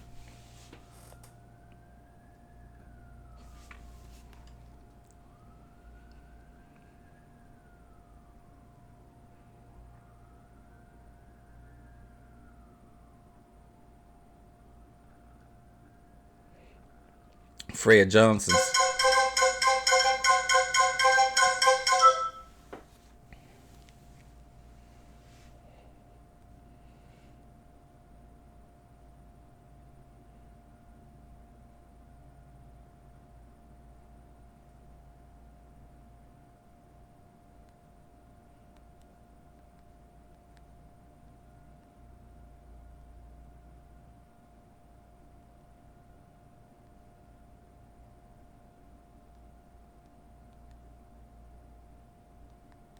Excuse me, guys.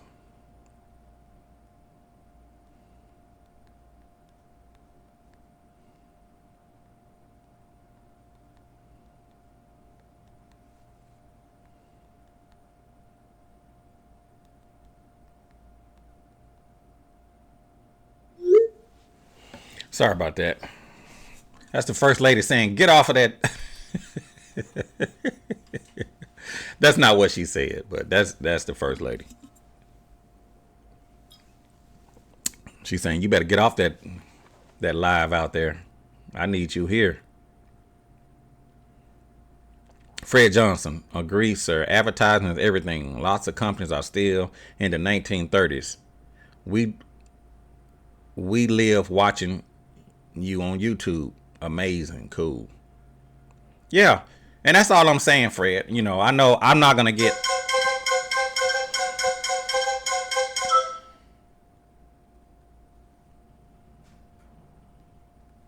I'm sorry. Give me just a second.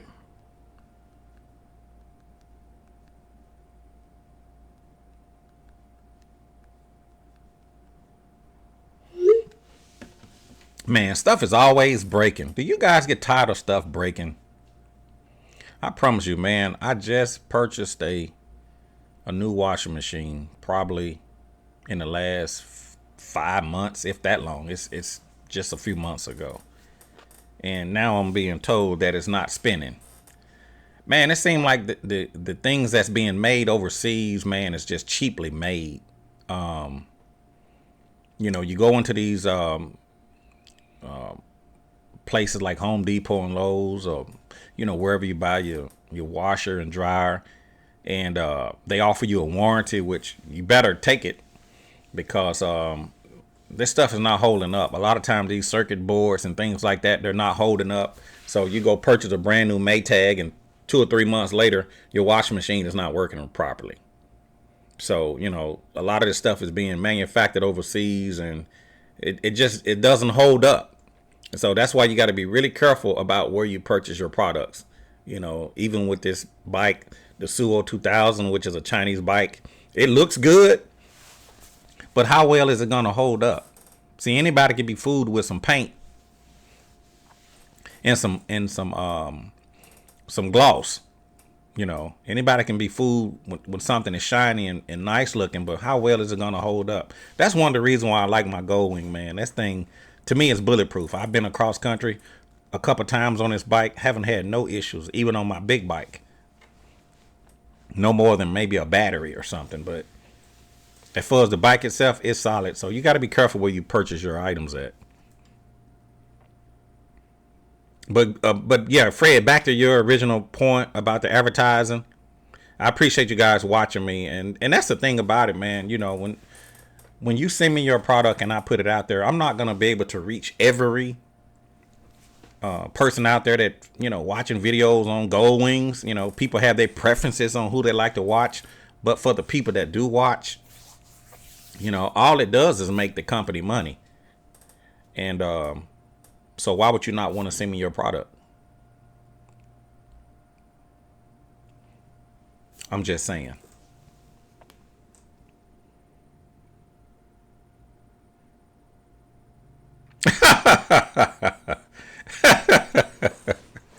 How did I change the oil in my Harley Davidson? I didn't know you had a Harley Davidson. You ain't got no Harley. Stop playing.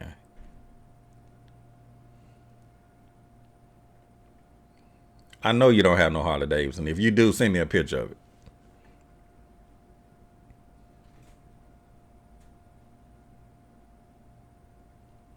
Rockman said, do I have an email address for people to ask a question? Yeah, you can email me at chriscaliente@yahoo.com. chriscaliente@yahoo.com.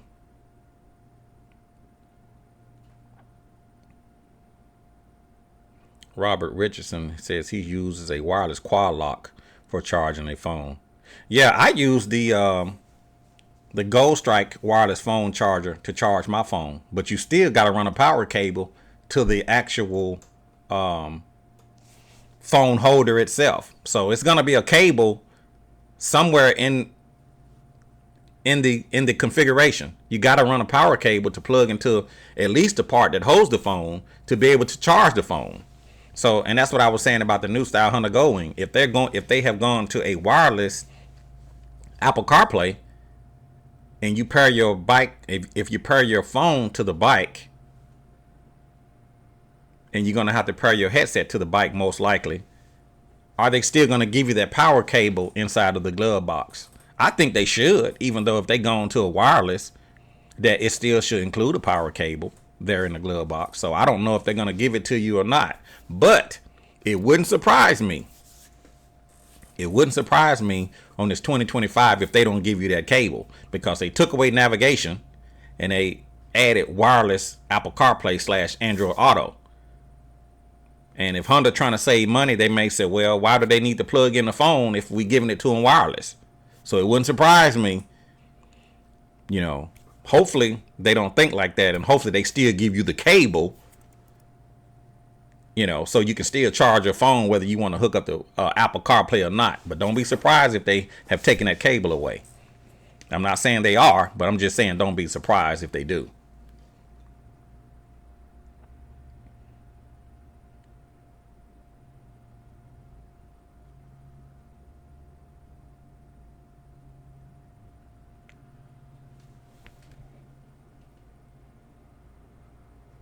Hey, Lorenzo, make sure you text me your information, man, while I'm thinking about it.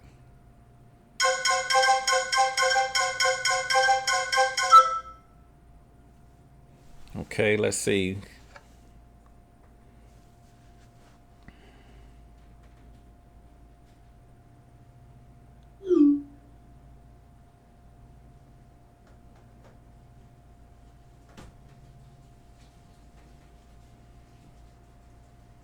Okay. All right, so the first lady says it's working. All right, good. That's one less thing I have to fix. I get tired of stuff breaking.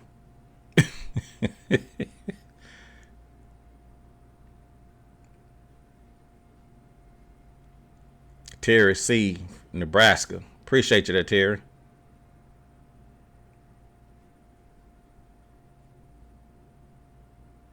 Quam said, how much would I charge to Dark Side to rear your bike? That looks good and comfortable.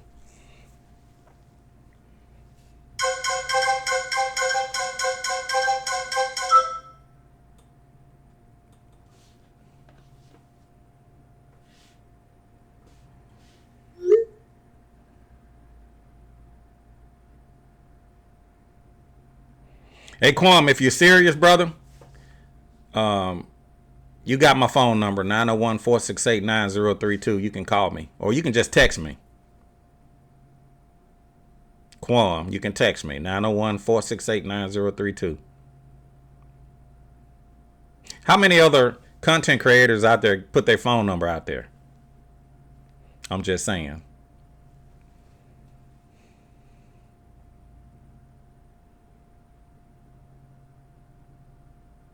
How many other content creators are trying to do a meetup and meet up with you guys and ride with you? I'm just saying.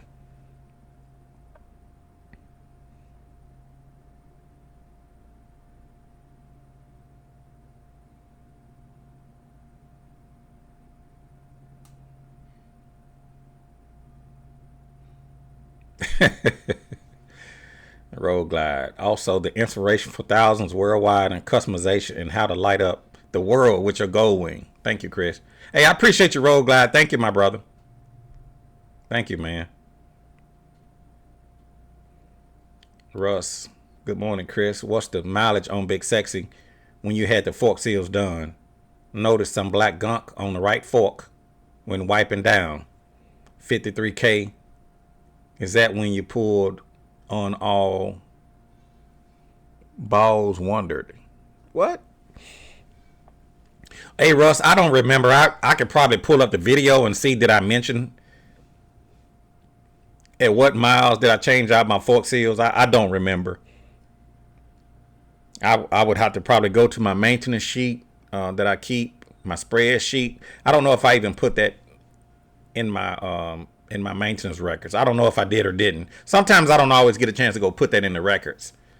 But I don't have the 16 anymore, so I don't know. I can probably go back and look at the video and mention and see if I mentioned it, but I can't tell you off the top of my head how many miles I had on my gold wing when I actually changed the fork seals.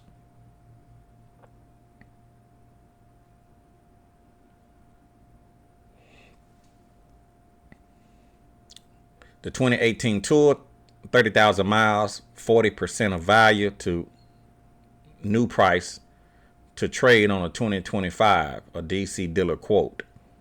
2018 Tour, 30,000 miles, 40% of value to the new price.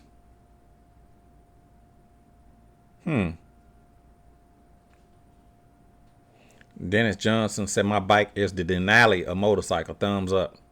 Hey, thank you, Dennis. I appreciate it, man. I appreciate it.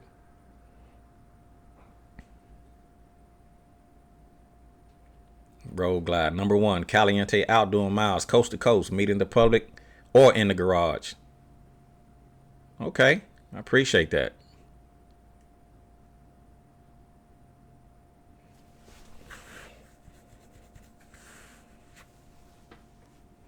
Hey, man, go to my YouTube channel and click that thanks button. Make a small donation to the Caliente Garage. Quam said, I have a space bike.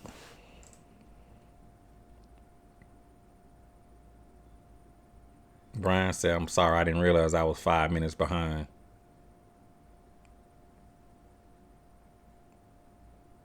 Okay, Brian, he put deflectors were purchased from AliExpress. Okay, I'm not familiar. I've heard of them. I've never used them. Rockman, where did you get your helmets from the back hanging up? Man, I got Revzilla. I purchased all my helmets on Revzilla. Revzilla.com. Let's do this here. Let's do this here. He was asking about my helmets. And we're gonna do this here. So this is where I purchased my helmets, Revzilla. And I think Revzilla is actually a sister company to Cycle Gear. Either Revzilla owns Cycle Gear or Cycle Gear owns Revzilla. I'm not sure, but they are the same company. I think they're sister companies. I purchased my helmets there, which I have the Neotech 2. Let's see what they charging for the Neotech 2 now. I think at the time I paid about $800 for mine with tax. Let's see what they're charging.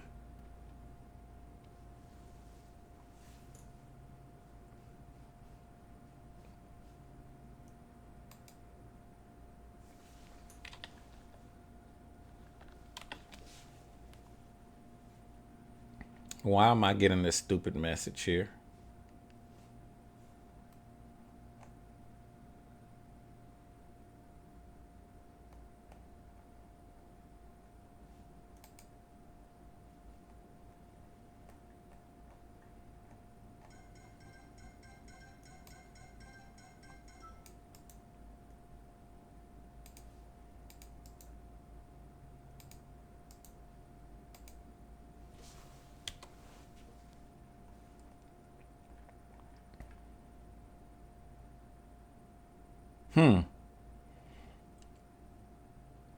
What's going on with the shoe and Neotex?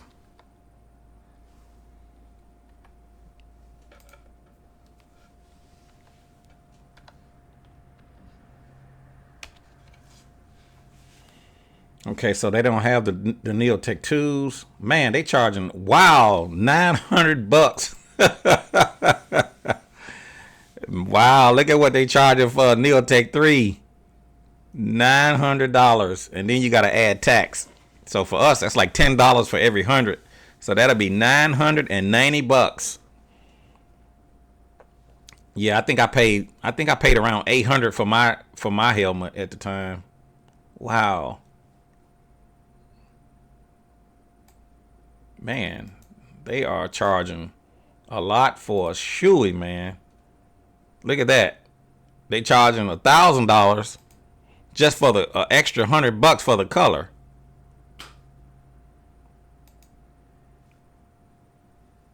Look at that.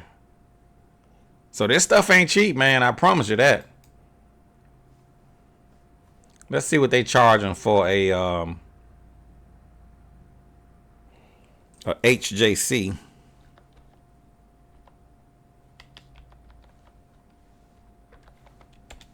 Let's see what they're charging for a HJC helmet. See, you can get you a I-90, which is on sale right now for $192.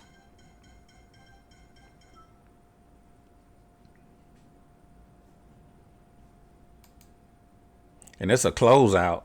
Let me see, they only have 3X's and 4X's. So this is the HJC I-91. They got a C91. Now, if you look at this helmet, it looks like it has some kind of Bluetooth built on it. So that's going to be, it looks like that's what that is. I can't tell if that's a cover. Let's look and see.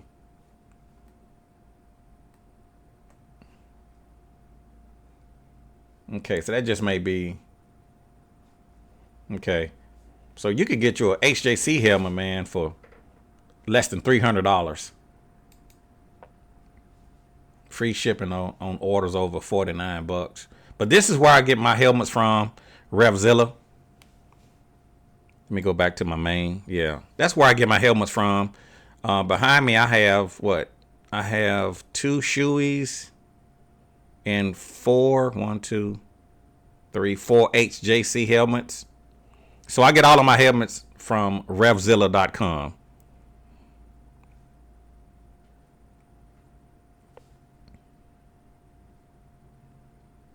Brian said he loved the jacket. Hey, I appreciate it, man. This actually was given to me by Ryder Solo out of Philly. So shouts out to Ryder Solo for sending me the Caliente jacket that I'm wearing here today. It's one of my favorite jackets for my Gold Wing. Rockman, how was the process like buying your Gold Wing motorcycle from the Honda dealership and financing, brother? Are dealerships good people to finance Gold Wings motorcycles? Are they good dealer? I got you there, Lorenzo. I got your information there, Lorenzo. I appreciate it. I'm going to send you that Caliente flag. But Rock...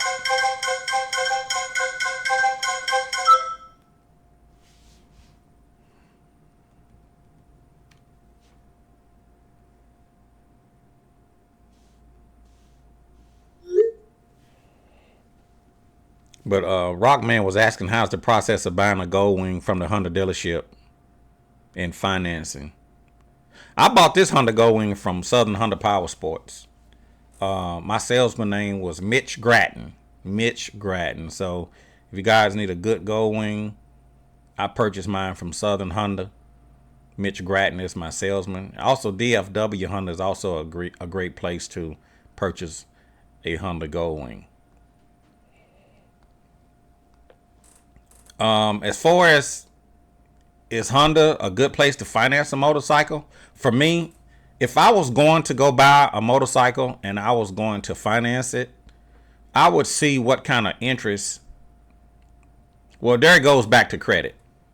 If you guys got bad credit trying to buy a motorcycle, you're not going to get the best interest rate, even if you can even get approved. But if you got good credit, if your credit is good, we're not going to talk about the credit score, but let's just say good credit. If you got good credit, and you go to purchase your gold wing, you can always look to see or find out what is the interest rate that Honda is charging if they finance the bike. Sometimes they may run special interest rates depending on the year model. Since they're out with the 2025, I can't see them putting a special interest rate on that. But I don't know. I hadn't looked into it. But if you was going to go out and buy a new motorcycle, I would find out if there is any special interest rates on that motorcycle that Honda is offering. Or do they have any creditors that's offering a special interest rate? And is the interest rate lower for a previous model in comparison to the new 2025? They may be the same. So in other words, if you're looking at a 2025, the interest rate on the 2025 may be the same on the 2023. I don't know. Or are they going to give you a special interest rate on the 2023 that they're not giving you on the 2025? So I will look to see if they are offering a special interest rate. And I would also check with my local credit union, because credit union generally offers the very good rates. Or if you're a member of Navy Federal, they generally offer very good rates. Sometimes they'll offer you lower rates for lower months. So they may say, well, we'll give you hypothetically 3% for 36 months, or it may be, 5% for 60 months. So you got to kind of see, where you stand as far as how long you want to finance your bike. So you just got to do a little homework and just make the decision that's best for you. Sometimes you got some companies out there that may even offer a 0 interest rate. So you have to do your due diligence and shop around. You have to shop around, get online and start looking to see who offer good motorcycle rates, kind of find out what is the average rate of a motorcycle, and find out if anybody's offering a special promotion, to finance a motorcycle. Motorcycles are not like cars. A lot of times you can find good interest rates on cars and trucks, but not on motorcycles. A few years ago you could, but it seems like nowadays, the banks want to make more money. So these billionaires want to get richer and richer. So they want to charge you more interest on these loans. So just make sure that you do your homework. If your credit is bad, you're not going to get the best deal on financing, even if you can even get approved.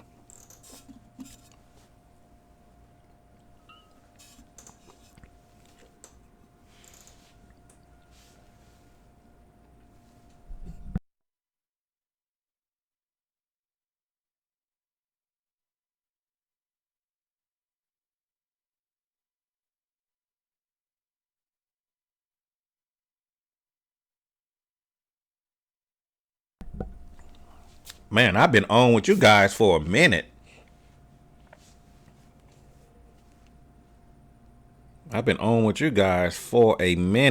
Richard Williamson is watching. Cornelius Russell waiting for you to set up the Gold Wing meetup. Where you live, Cornelius? What city, what state you live? And be sure to let me know what city, what state you guys are watching from. I'm just curious to know how far my videos actually get out.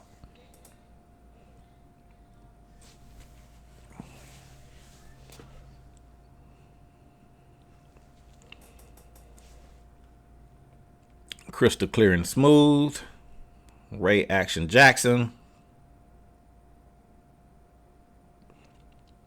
I had one writer to text me and said that he got the boat recall done on his bike, and he had his bike back within like a day or two.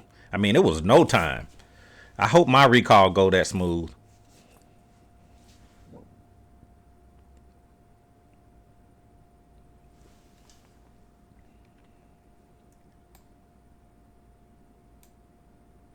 Clifton Humphreys, I turned it into a trike.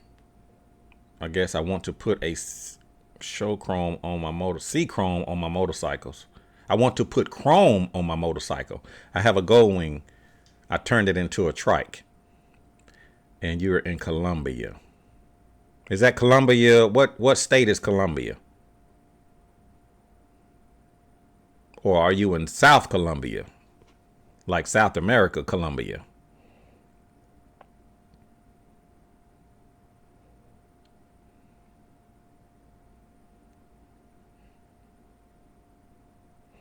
Sonic said HJC has good low cost helmets and is the number one sales by volume.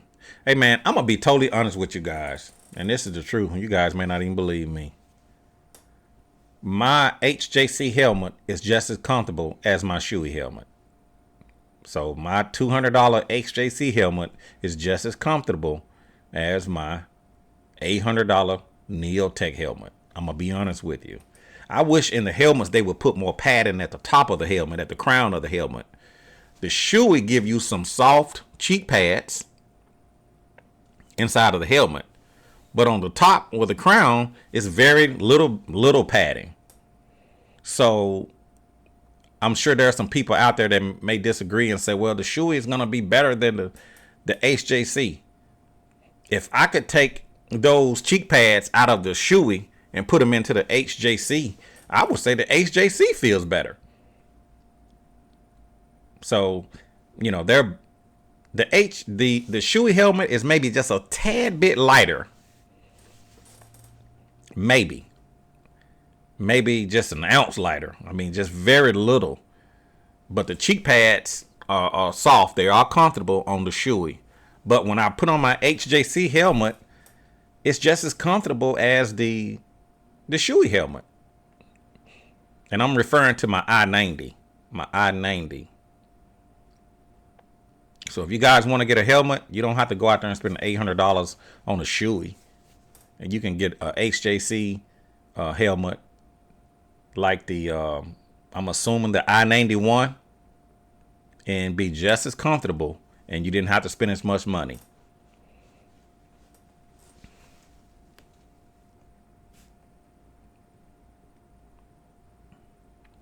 Rockman, I always wanted to know, is recalls free or people have to pay for it?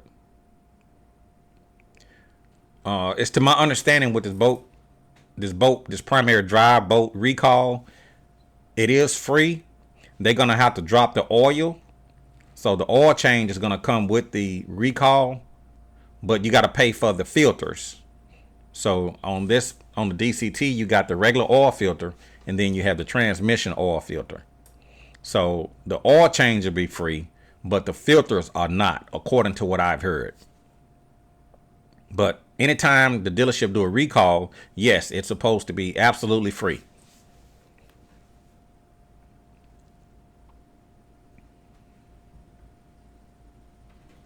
Robert says he saw Southern Power Sports has no dock fees. Yeah, you can get a good deal at Southern Honda Power Sports.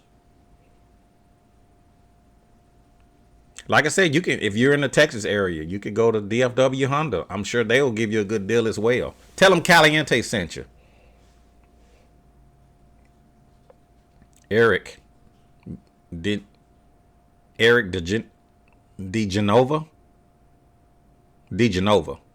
Eric DeGenova, watching from New Hampshire.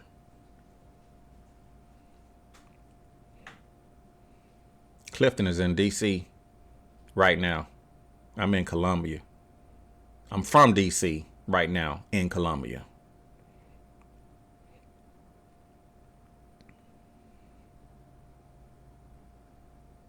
Rockman, I needed a beginner helmets for an affordable price. Rockman, just get you a HJC, man. It's a good helmet.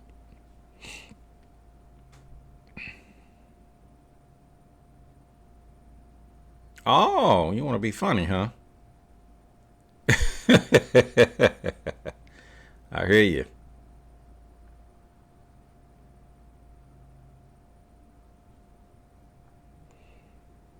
And we got a donation from M. Willman. Thanks for everything, Chris. I know it's a lot of work. Hey, thank you, Wilham, M. Wilham. Hey, I appreciate it, M. Wilham.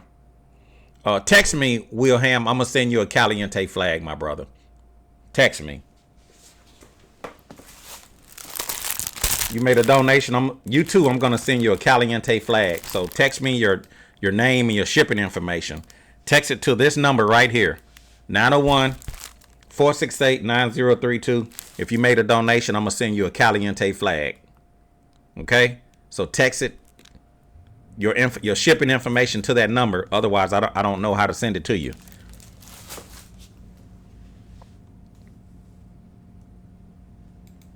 Appreciate you there, M. Wilham. I love my viewers, man. You guys are the greatest. McMiller, will you ever consider a gold wing trike? Yeah, I will. Honestly, when I had both of my gold wings, I was gonna take that 2016 gold wing and trike it out, and then I thought maybe I should trike out the DCT since it has the dual clutch transmission. And I was actually fixing to get a trike. I was gonna trike out my bike, but I ended up getting my Corvette, and I scrapped the whole idea of getting a trike. But to answer your original question, Cedric McMiller, will I consider a gold wing trike? Yes, I think trikes are really nice. There's a lot of guys out there that said, man, I just love the two wheels. I couldn't see myself on three. I get it. Everybody is different. For me personally, I think trikes are nice.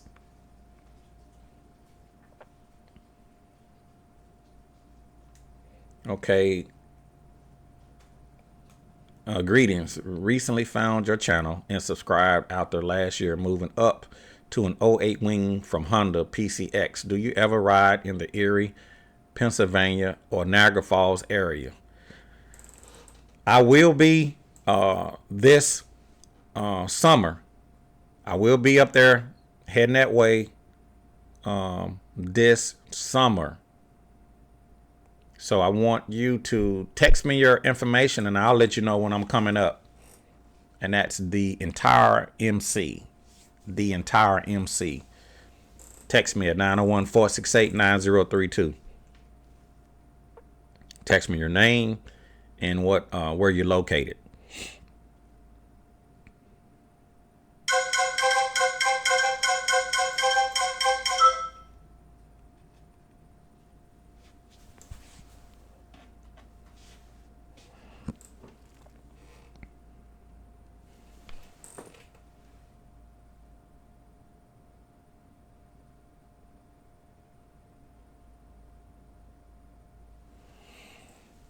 Man, the first lady said my breakfast is ready.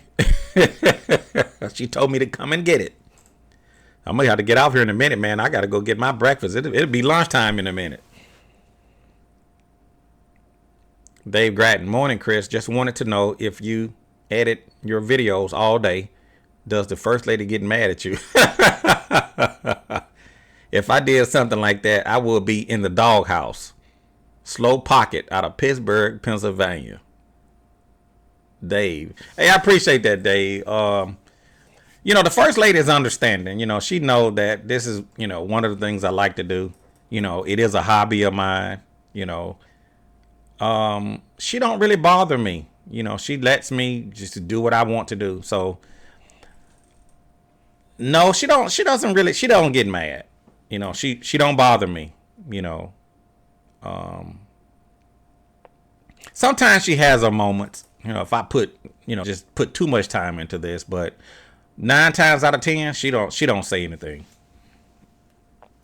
I hope that answers your question there, Dave, out of Pittsburgh.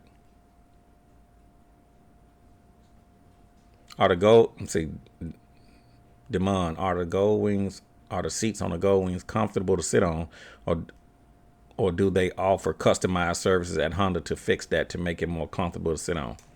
Well, with the new 2025 Honda Goldwing, I noticed that they are offering a custom seat as an option. So I don't know how comfortable that seat is because the 2025 is not available. To my understanding, I don't know if they're out in the dealerships yet. But when I purchased my 2021, my seat was hard as a brick. I mean, it was like riding a log. So I ended up changing out my seat and going with a custom seat. So do they offer services at Honda to fix that? Not that I'm aware of. It's to my understanding that with this new Honda Goldwing that you can purchase a custom seat through them. Anything prior to that, I don't think so. And Wilhelm, apparently the Michelins have just came out. Thanks, Chris, for all you do. Have you ever thought about channel membership? Man, not really.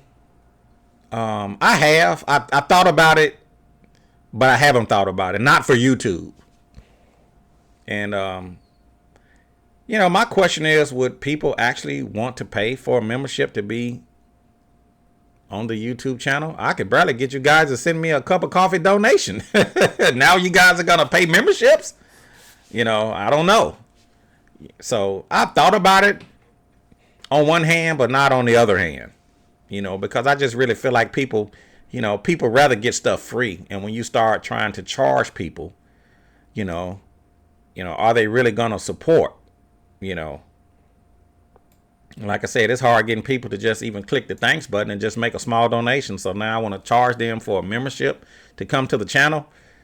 I don't know. It's just like these lottery tickets. They saying that I don't generally play lotteries. I will kind of play it if the numbers get up big. But just like with starting April 1st, I think with the Mega Millions, they going up to $5 a ticket. And so I know I'm not going to be playing Mega Millions anymore. I'm not paying $5 for a ticket just on principle, on something that I know I'm probably not going to win anyway. So I guess from their point of view, they're looking at how much extra money that they can make if they charge $5 a ticket, because I'm sure they're looking at it like if we sold, so hypothetically, if we sold 1 million tickets a year and we only charge $2 a ticket, that's only what, $2 million, right? I'm just using that for example. But if we charge $5 a ticket and we sold the same amount of Mega Million tickets, that's $5 million. But I think one thing that they're not calculating is that people may not want to pay that $5 fee. So now when you was adding in all of the tickets that you thought you was going to sell and make all this extra money, you end up selling less tickets because of the price. So you can actually price yourself out of selling an item. So I think that's one of the mistakes that they're making about increasing the price. I think they're believing that they're going to get more money. Overall, I think they're going to get less money because people are not going to want to pay that additional money just to play a lottery that they're probably not going to win anyway. $1 or $2, I won't miss that. But $5, it's the principle. At least for me in my case.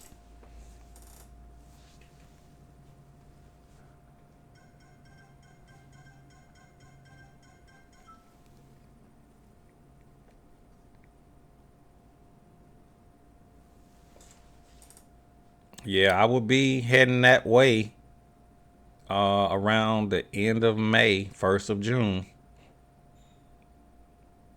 New Jersey. Yep. I will definitely be riding up that way.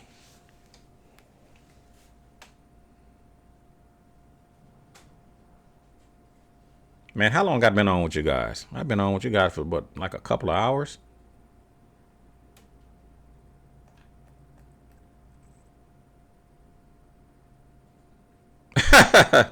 Demond said, I don't have money for memberships due to the prices is going up on eggs right now.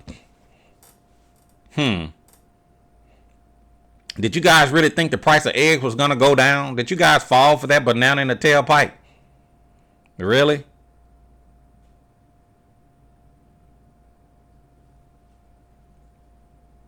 I don't even eat eggs. You know, the first lady, she eat eggs every day. I stopped eating eggs when I was a kid. I don't even eat eggs, so I don't even look at the price, but nah. I knew the price of eggs wasn't going down. Once people start getting a certain amount of money, they don't want to undo it. And with these rich billionaires making all of this money, do you think they want to make less money? They want to make more money. So I don't see them saying, "Hey, we're gonna just take a price cut." You know, I don't think so. People are greedy. For the love of money is the root of all evil. So you guys out there have been complaining about the prices. Oh, you're gonna really be complaining about the prices here shortly. Keep living.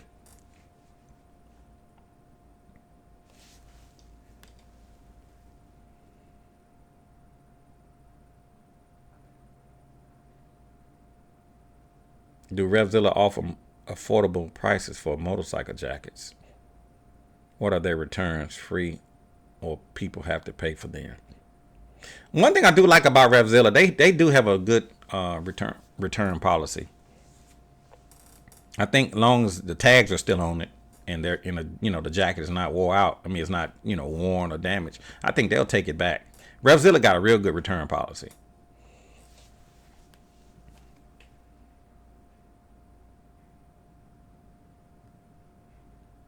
Any plans to go to Myrtle Beach Bike Week? No, I don't have any plans to go to Myrtle Beach. I think I'm gonna go north. I've been east. I always go west. I go south. I'm gonna go north for 2025. Sonic say, enjoy your weekend and breakfast. Rockman, Chris is the best. He answered all of our questions. I appreciate it there, Rockman.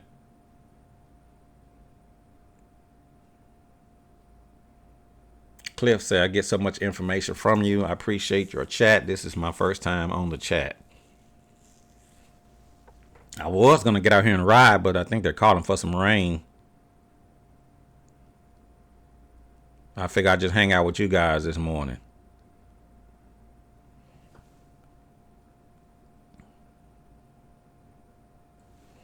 Jonah.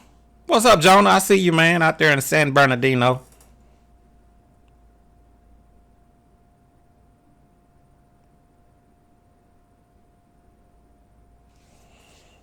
Jonah, are you going to trade that 2018 for the 2025?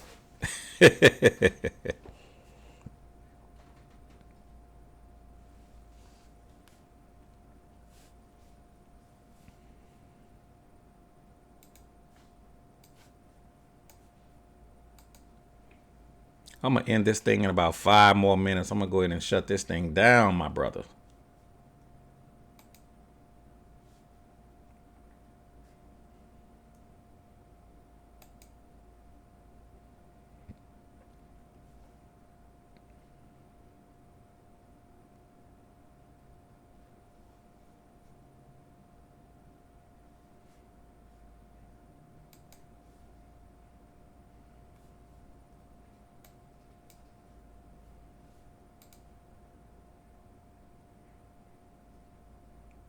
Cornelius in South Haven. What's up, Cornelius?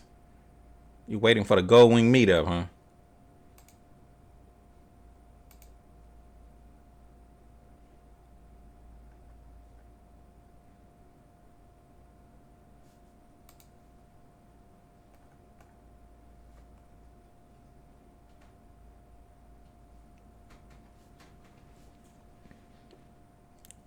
I Coop. Good afternoon, my brother. What's going on? I see you. Y'all guys got any more questions for me before I end this live feed?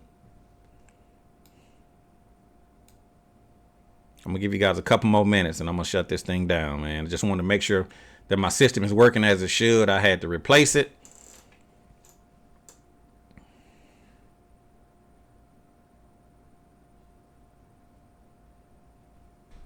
And so far, everything has been working fine. I think they do these updates through the middle of the night, man, to mess your system up. Because I didn't do anything different to my system, and the next thing I know, it was not even working. I don't know what was going on. My internet was fine, but my system was just it. I think they do these updates through the middle of the night, break your system, and force you to go out and get a new one. Cool, man. Hey, Chris, I really appreciate you making your YouTube content for free. Due to times are tough right now. I lost everything during the pandemic. My house, my motorcycle, and everything. Man, I'm sorry to hear that, cool, man. I'm glad you're doing okay. I'm sorry you lost your house and everything due to the pandemic. That was pretty bad for a lot of people, man. I mean, we still trying to recover from that mess. So yeah, I try to do these videos for free. I try to get back to YouTube. I don't charge money to do my videos. I don't charge money for the maintenance, for the information that I do put out there. But I can understand why some people may want to charge, because it's not free, buying the equipment, buying, the stuff that it takes to do the videos. And, some people don't have a job. So making videos is their source of income. So thank God for me, YouTube is my hobby. If I don't make any videos, it doesn't change anything. But for some people, that's how they pay the rent. So, they're going to charge for their videos. They're going to charge for the maintenance. And, they want to get paid. They look at YouTube as an investment. And they want a return on their investment. So they're not making these videos for the fun. I'm probably amongst a few people that just make videos for a hobby. So, but yeah, you're welcome, cool, man. I'm sorry you lost everything. So hopefully my videos have been able to get you through some of your tough times and helping you to save money on working on your bike and giving you guys some ideas on how you can, do things to your motorcycle. Robin said, I look younger with my new system. Thank you, man. Thank you. I appreciate it. Hey, I was not planning on replacing it. Trust me, I was fussing the whole time. I could have probably fixed my system, but it would have took me a while to figure it out. Or I could have easily just went and jumped on my main system in the house. But, I have this system out here for a reason. And when I couldn't get it to work properly, that just really, as you guys remember that old game where it says, you sank my battleship. You guys are probably too young to remember that. But when my system wasn't working, it was like, you sank my battleship.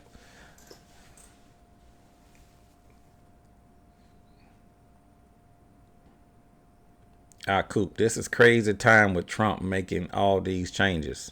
Really?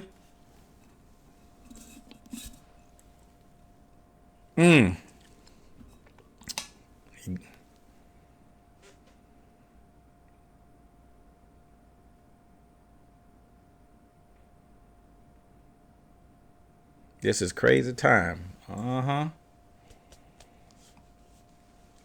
This is what the American people wanted. Some people see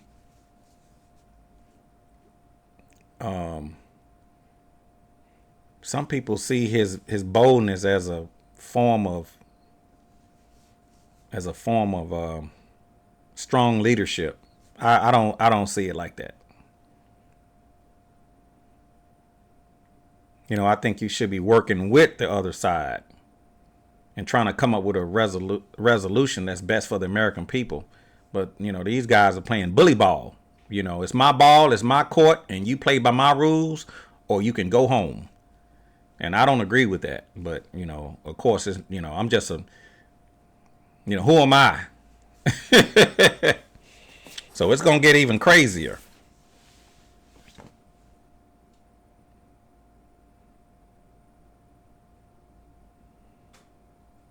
And the sad part, the thing that boggles my mind, you got people that go along with this crap. That's the part that boggles my mind. You know, if you guys found out I was robbing banks and cheating people out of their money and I'm sure you guys wouldn't support me. I know you wouldn't.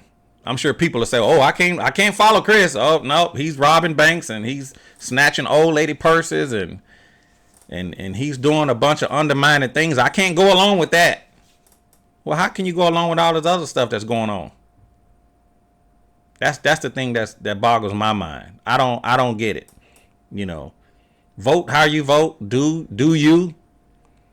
But I can't go along with something if it ain't right. I'm sorry. I don't care who you are. It could be my brother, my sister, my mama, my dad. It doesn't matter.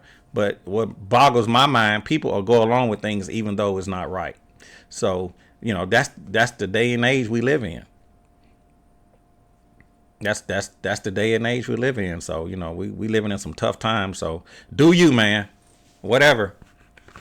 I'm gonna be all right either way it go. But I feel sorry for, you know, I feel sorry for a lot of people that's going to be affected by these, you know, this bully ball.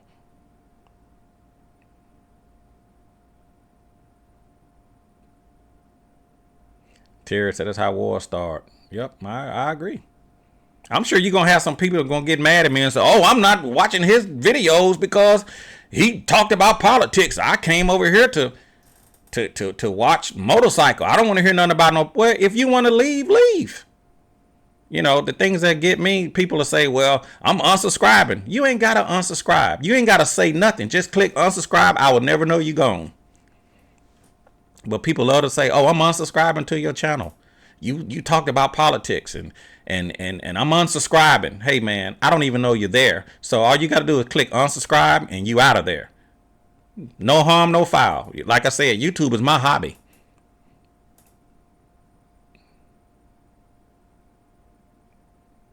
But if a man don't stand up for what he believes, he'll fall for anything. You know, when I look at some of the stuff that's going on, I think about, you know, Heaven's Gate. Y'all remember Heaven's Gate? Where these people was following this maniac. And he told them that if you want to go to heaven, you're going to have to, die, commit suicide, and then you're going to catch the comet. Y'all remember that? It was called Heaven's Gate, and this was actually out of California.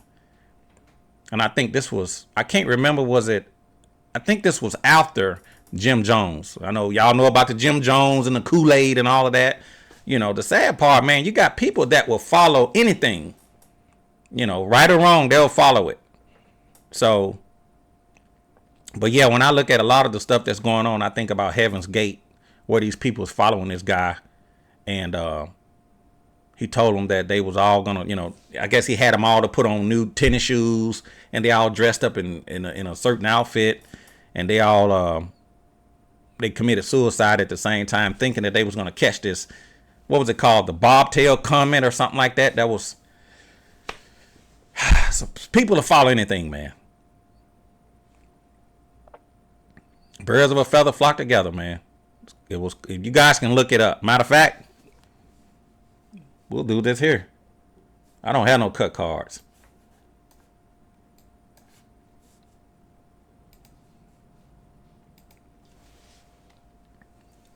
We're going to do this here right quick. I'm going to get off of this subject, and I got to go in there and eat my breakfast.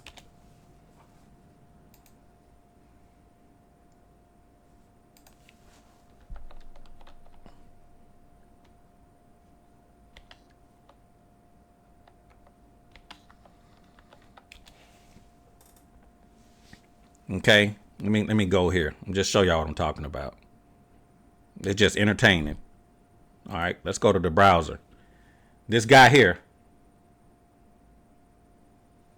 it was called Heaven Gate, records his farewell message in 2020, the cult next door.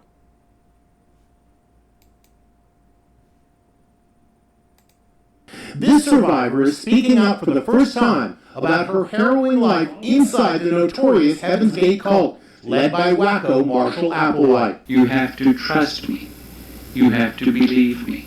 Janet Gibbons was a vulnerable 16-year-old when she moved into the mansion. She lived there for 5 years. Now she's talking to ABC's Diane Sawyer. My guess is 3/4 of the people never set foot out the door, and I was one of them. Ever. Right? And there probably wasn't even any open windows. It was like a little spaceship. This is never-before-seen home video inside the cult, where every minute was controlled, including when and how they slept. We were divided into 3 shifts. 3 people shared a bed. Showers were cut off at 6 minutes. There were also rules about not talking. Janet says she went for years without speaking. Finally, she was permitted to find work as a waitress. Luckily, we did start restaurant jobs at the very end because I hadn't spoken probably in 4 years. That taste of freedom convinced Janet it was time to escape. 39 being up. These giddy farewell videos were recorded by the cultists, knowing they were about to commit mass suicide. They were brainwashed into believing Earth was about to be destroyed, and they had to board an alien spaceship that would transport them to a higher level of existence. Your only chance to survive or evacuate is to leave with us. Among the So I'm just saying, I know you guys know about it. You know, I'm not making this stuff up. So you got to be careful of who you follow. You know what I'm saying? I don't care who they are. So when people start doing certain things, hey man, as far as I can go with you. So you got people out there that go along with things even though they're not right because they feel like they're a part of something. So, you know, I'm not telling you guys what to do and how to do it. But I'm just saying, man, so when I look at a lot of stuff that's going on, I think about stuff like that. You know, you got people, man, they'll follow. You know, people, man, they'll follow anything. That's all I'm saying. So, you know, for the people out there that say, hey, Chris, man, you talking about politics, I'm going to unsubscribe. Hey, man, this is my hobby. So anyway, let me get off of that. Let me get off of that.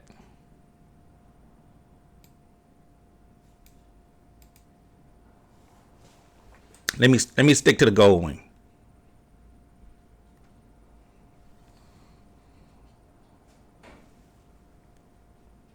One more minute. I'm going to shut this thing down.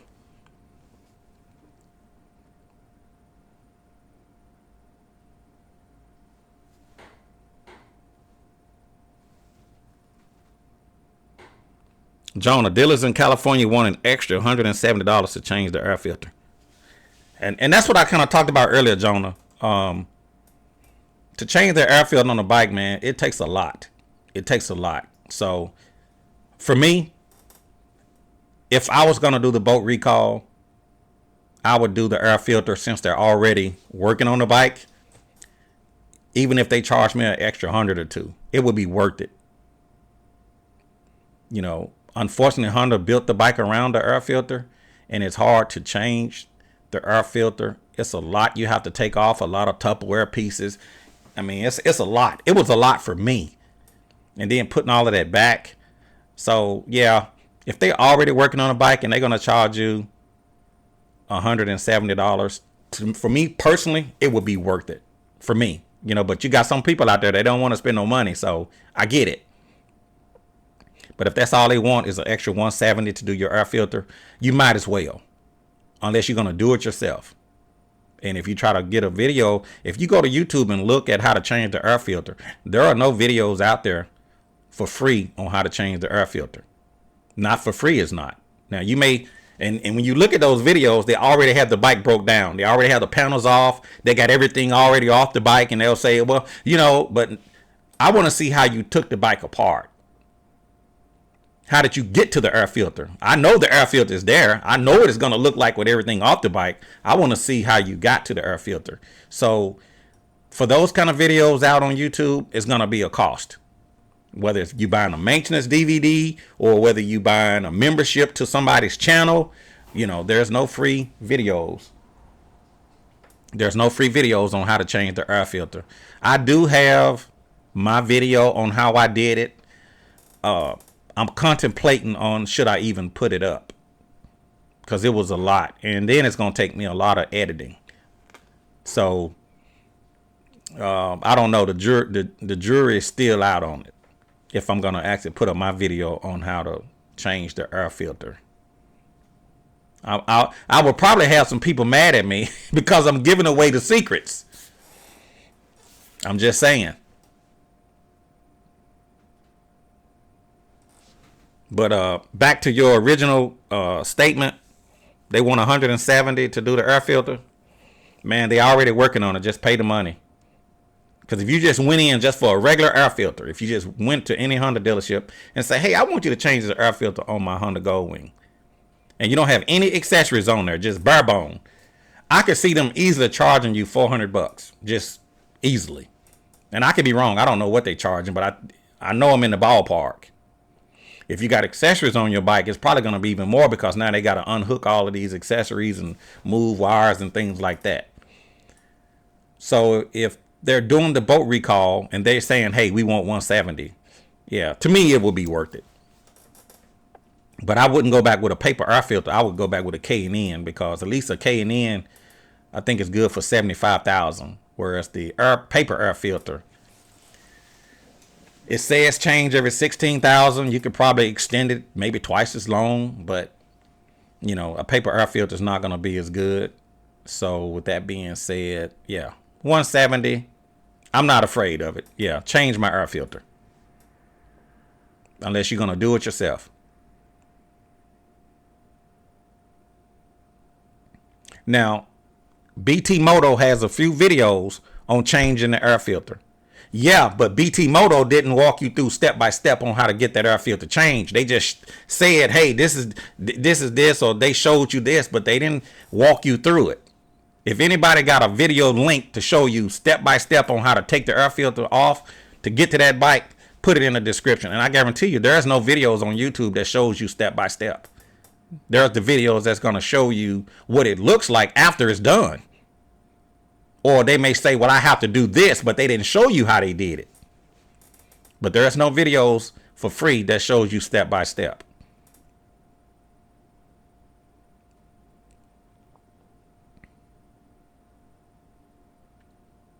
Tom Von Sharon. Good day, brother. Just got in. Have to be up to see what's going on. Maybe you can do that air cleaner video in a few segments. Would definitely be worth watching. I'm sure it would. I may have to do like some of the other guys in charge. I may have to do like some of the other guys that's selling maintenance DVDs and they selling memberships to the channel, man. I may have to do like that, man. Everybody trying to make money. I'll text it to you when I get my PC.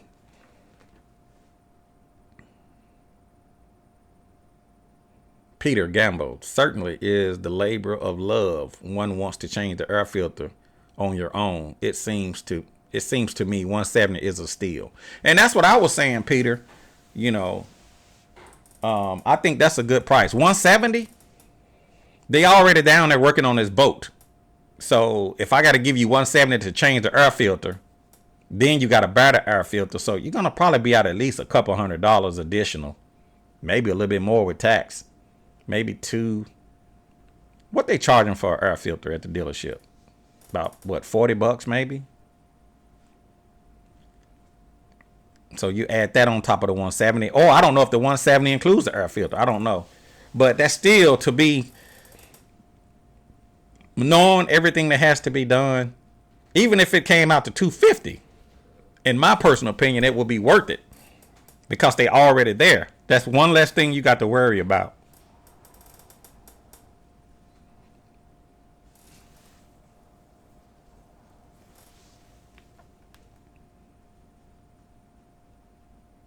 Peter says $100 an hour labor is normal. Yeah, some of them are charging more than that. Some of them charging per half hour.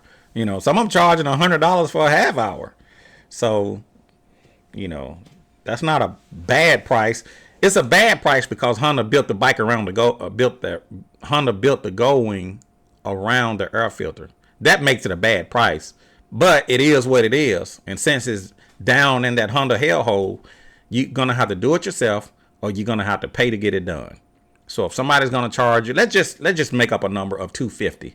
That still to me is a good price, because otherwise you got to tear the bike down yourself. So you can tear it down yourself and not spend the 200 and hypothetically $50 plus the air filter or however they charging, or you can tear it down yourself, save yourself the labor charge, and just buy the filter. That's what I did. I did it myself. I wanted to challenge myself to even see if I could do it first and foremost. But I was prepared to just pay to get it done. That's the thing about these motorcycles. They're expensive. What's up with this breakfast? 5 minutes are up. Your breakfast is getting cold. Maybe I should just have her bring it out to me. You guys think I can get her to bring it to me?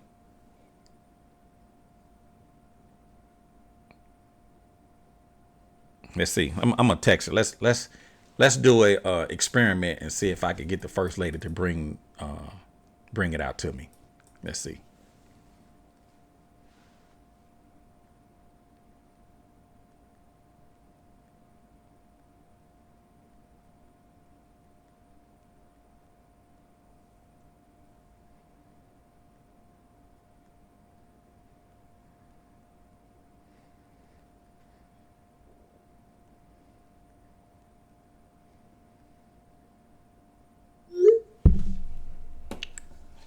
Now I'm gonna, cause y'all keep telling me I need to go get my breakfast. I'm gonna see if she'll bring it to me.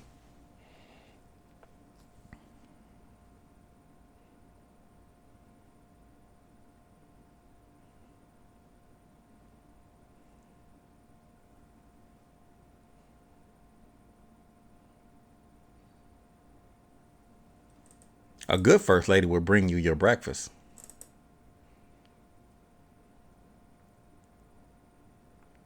Rockman saying 170 is not bad, Chris. If you do it by yourself, probably end up messing it all up. Bring it back to a dealership, Chris. Oh, well, yeah, I guess if you don't know what you're doing. Yeah, that's true too. I'm getting a low battery here.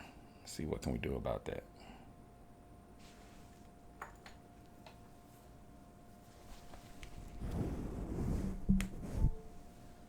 Close that out. Let's see here.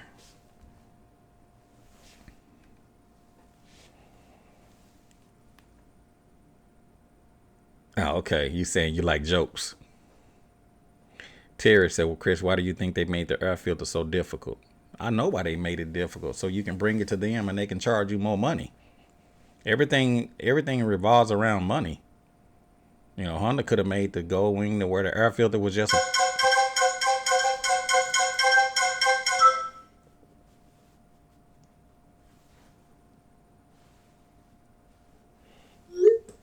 Okay, she said she gonna bring it to me, y'all.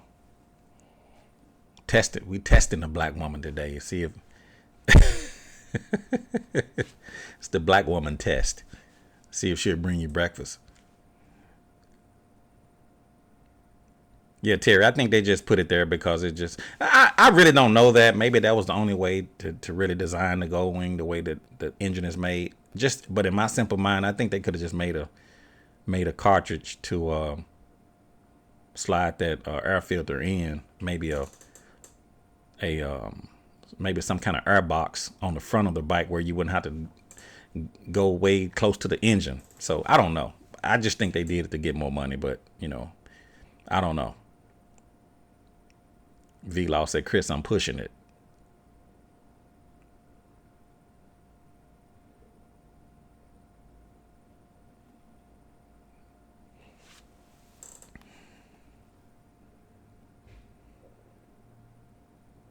Okay, let's see here.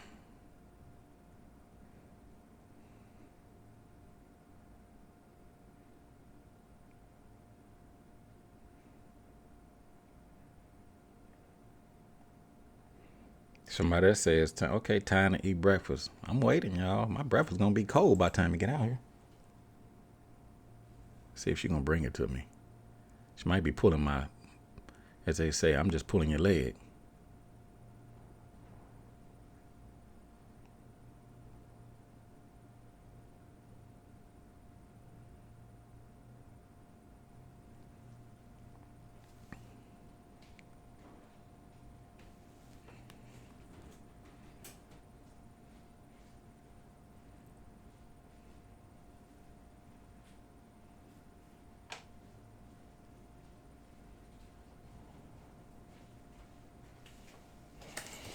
Oh, okay.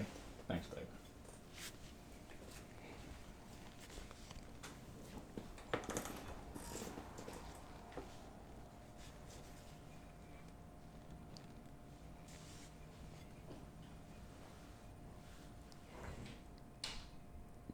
Look at that. Black woman passed the test.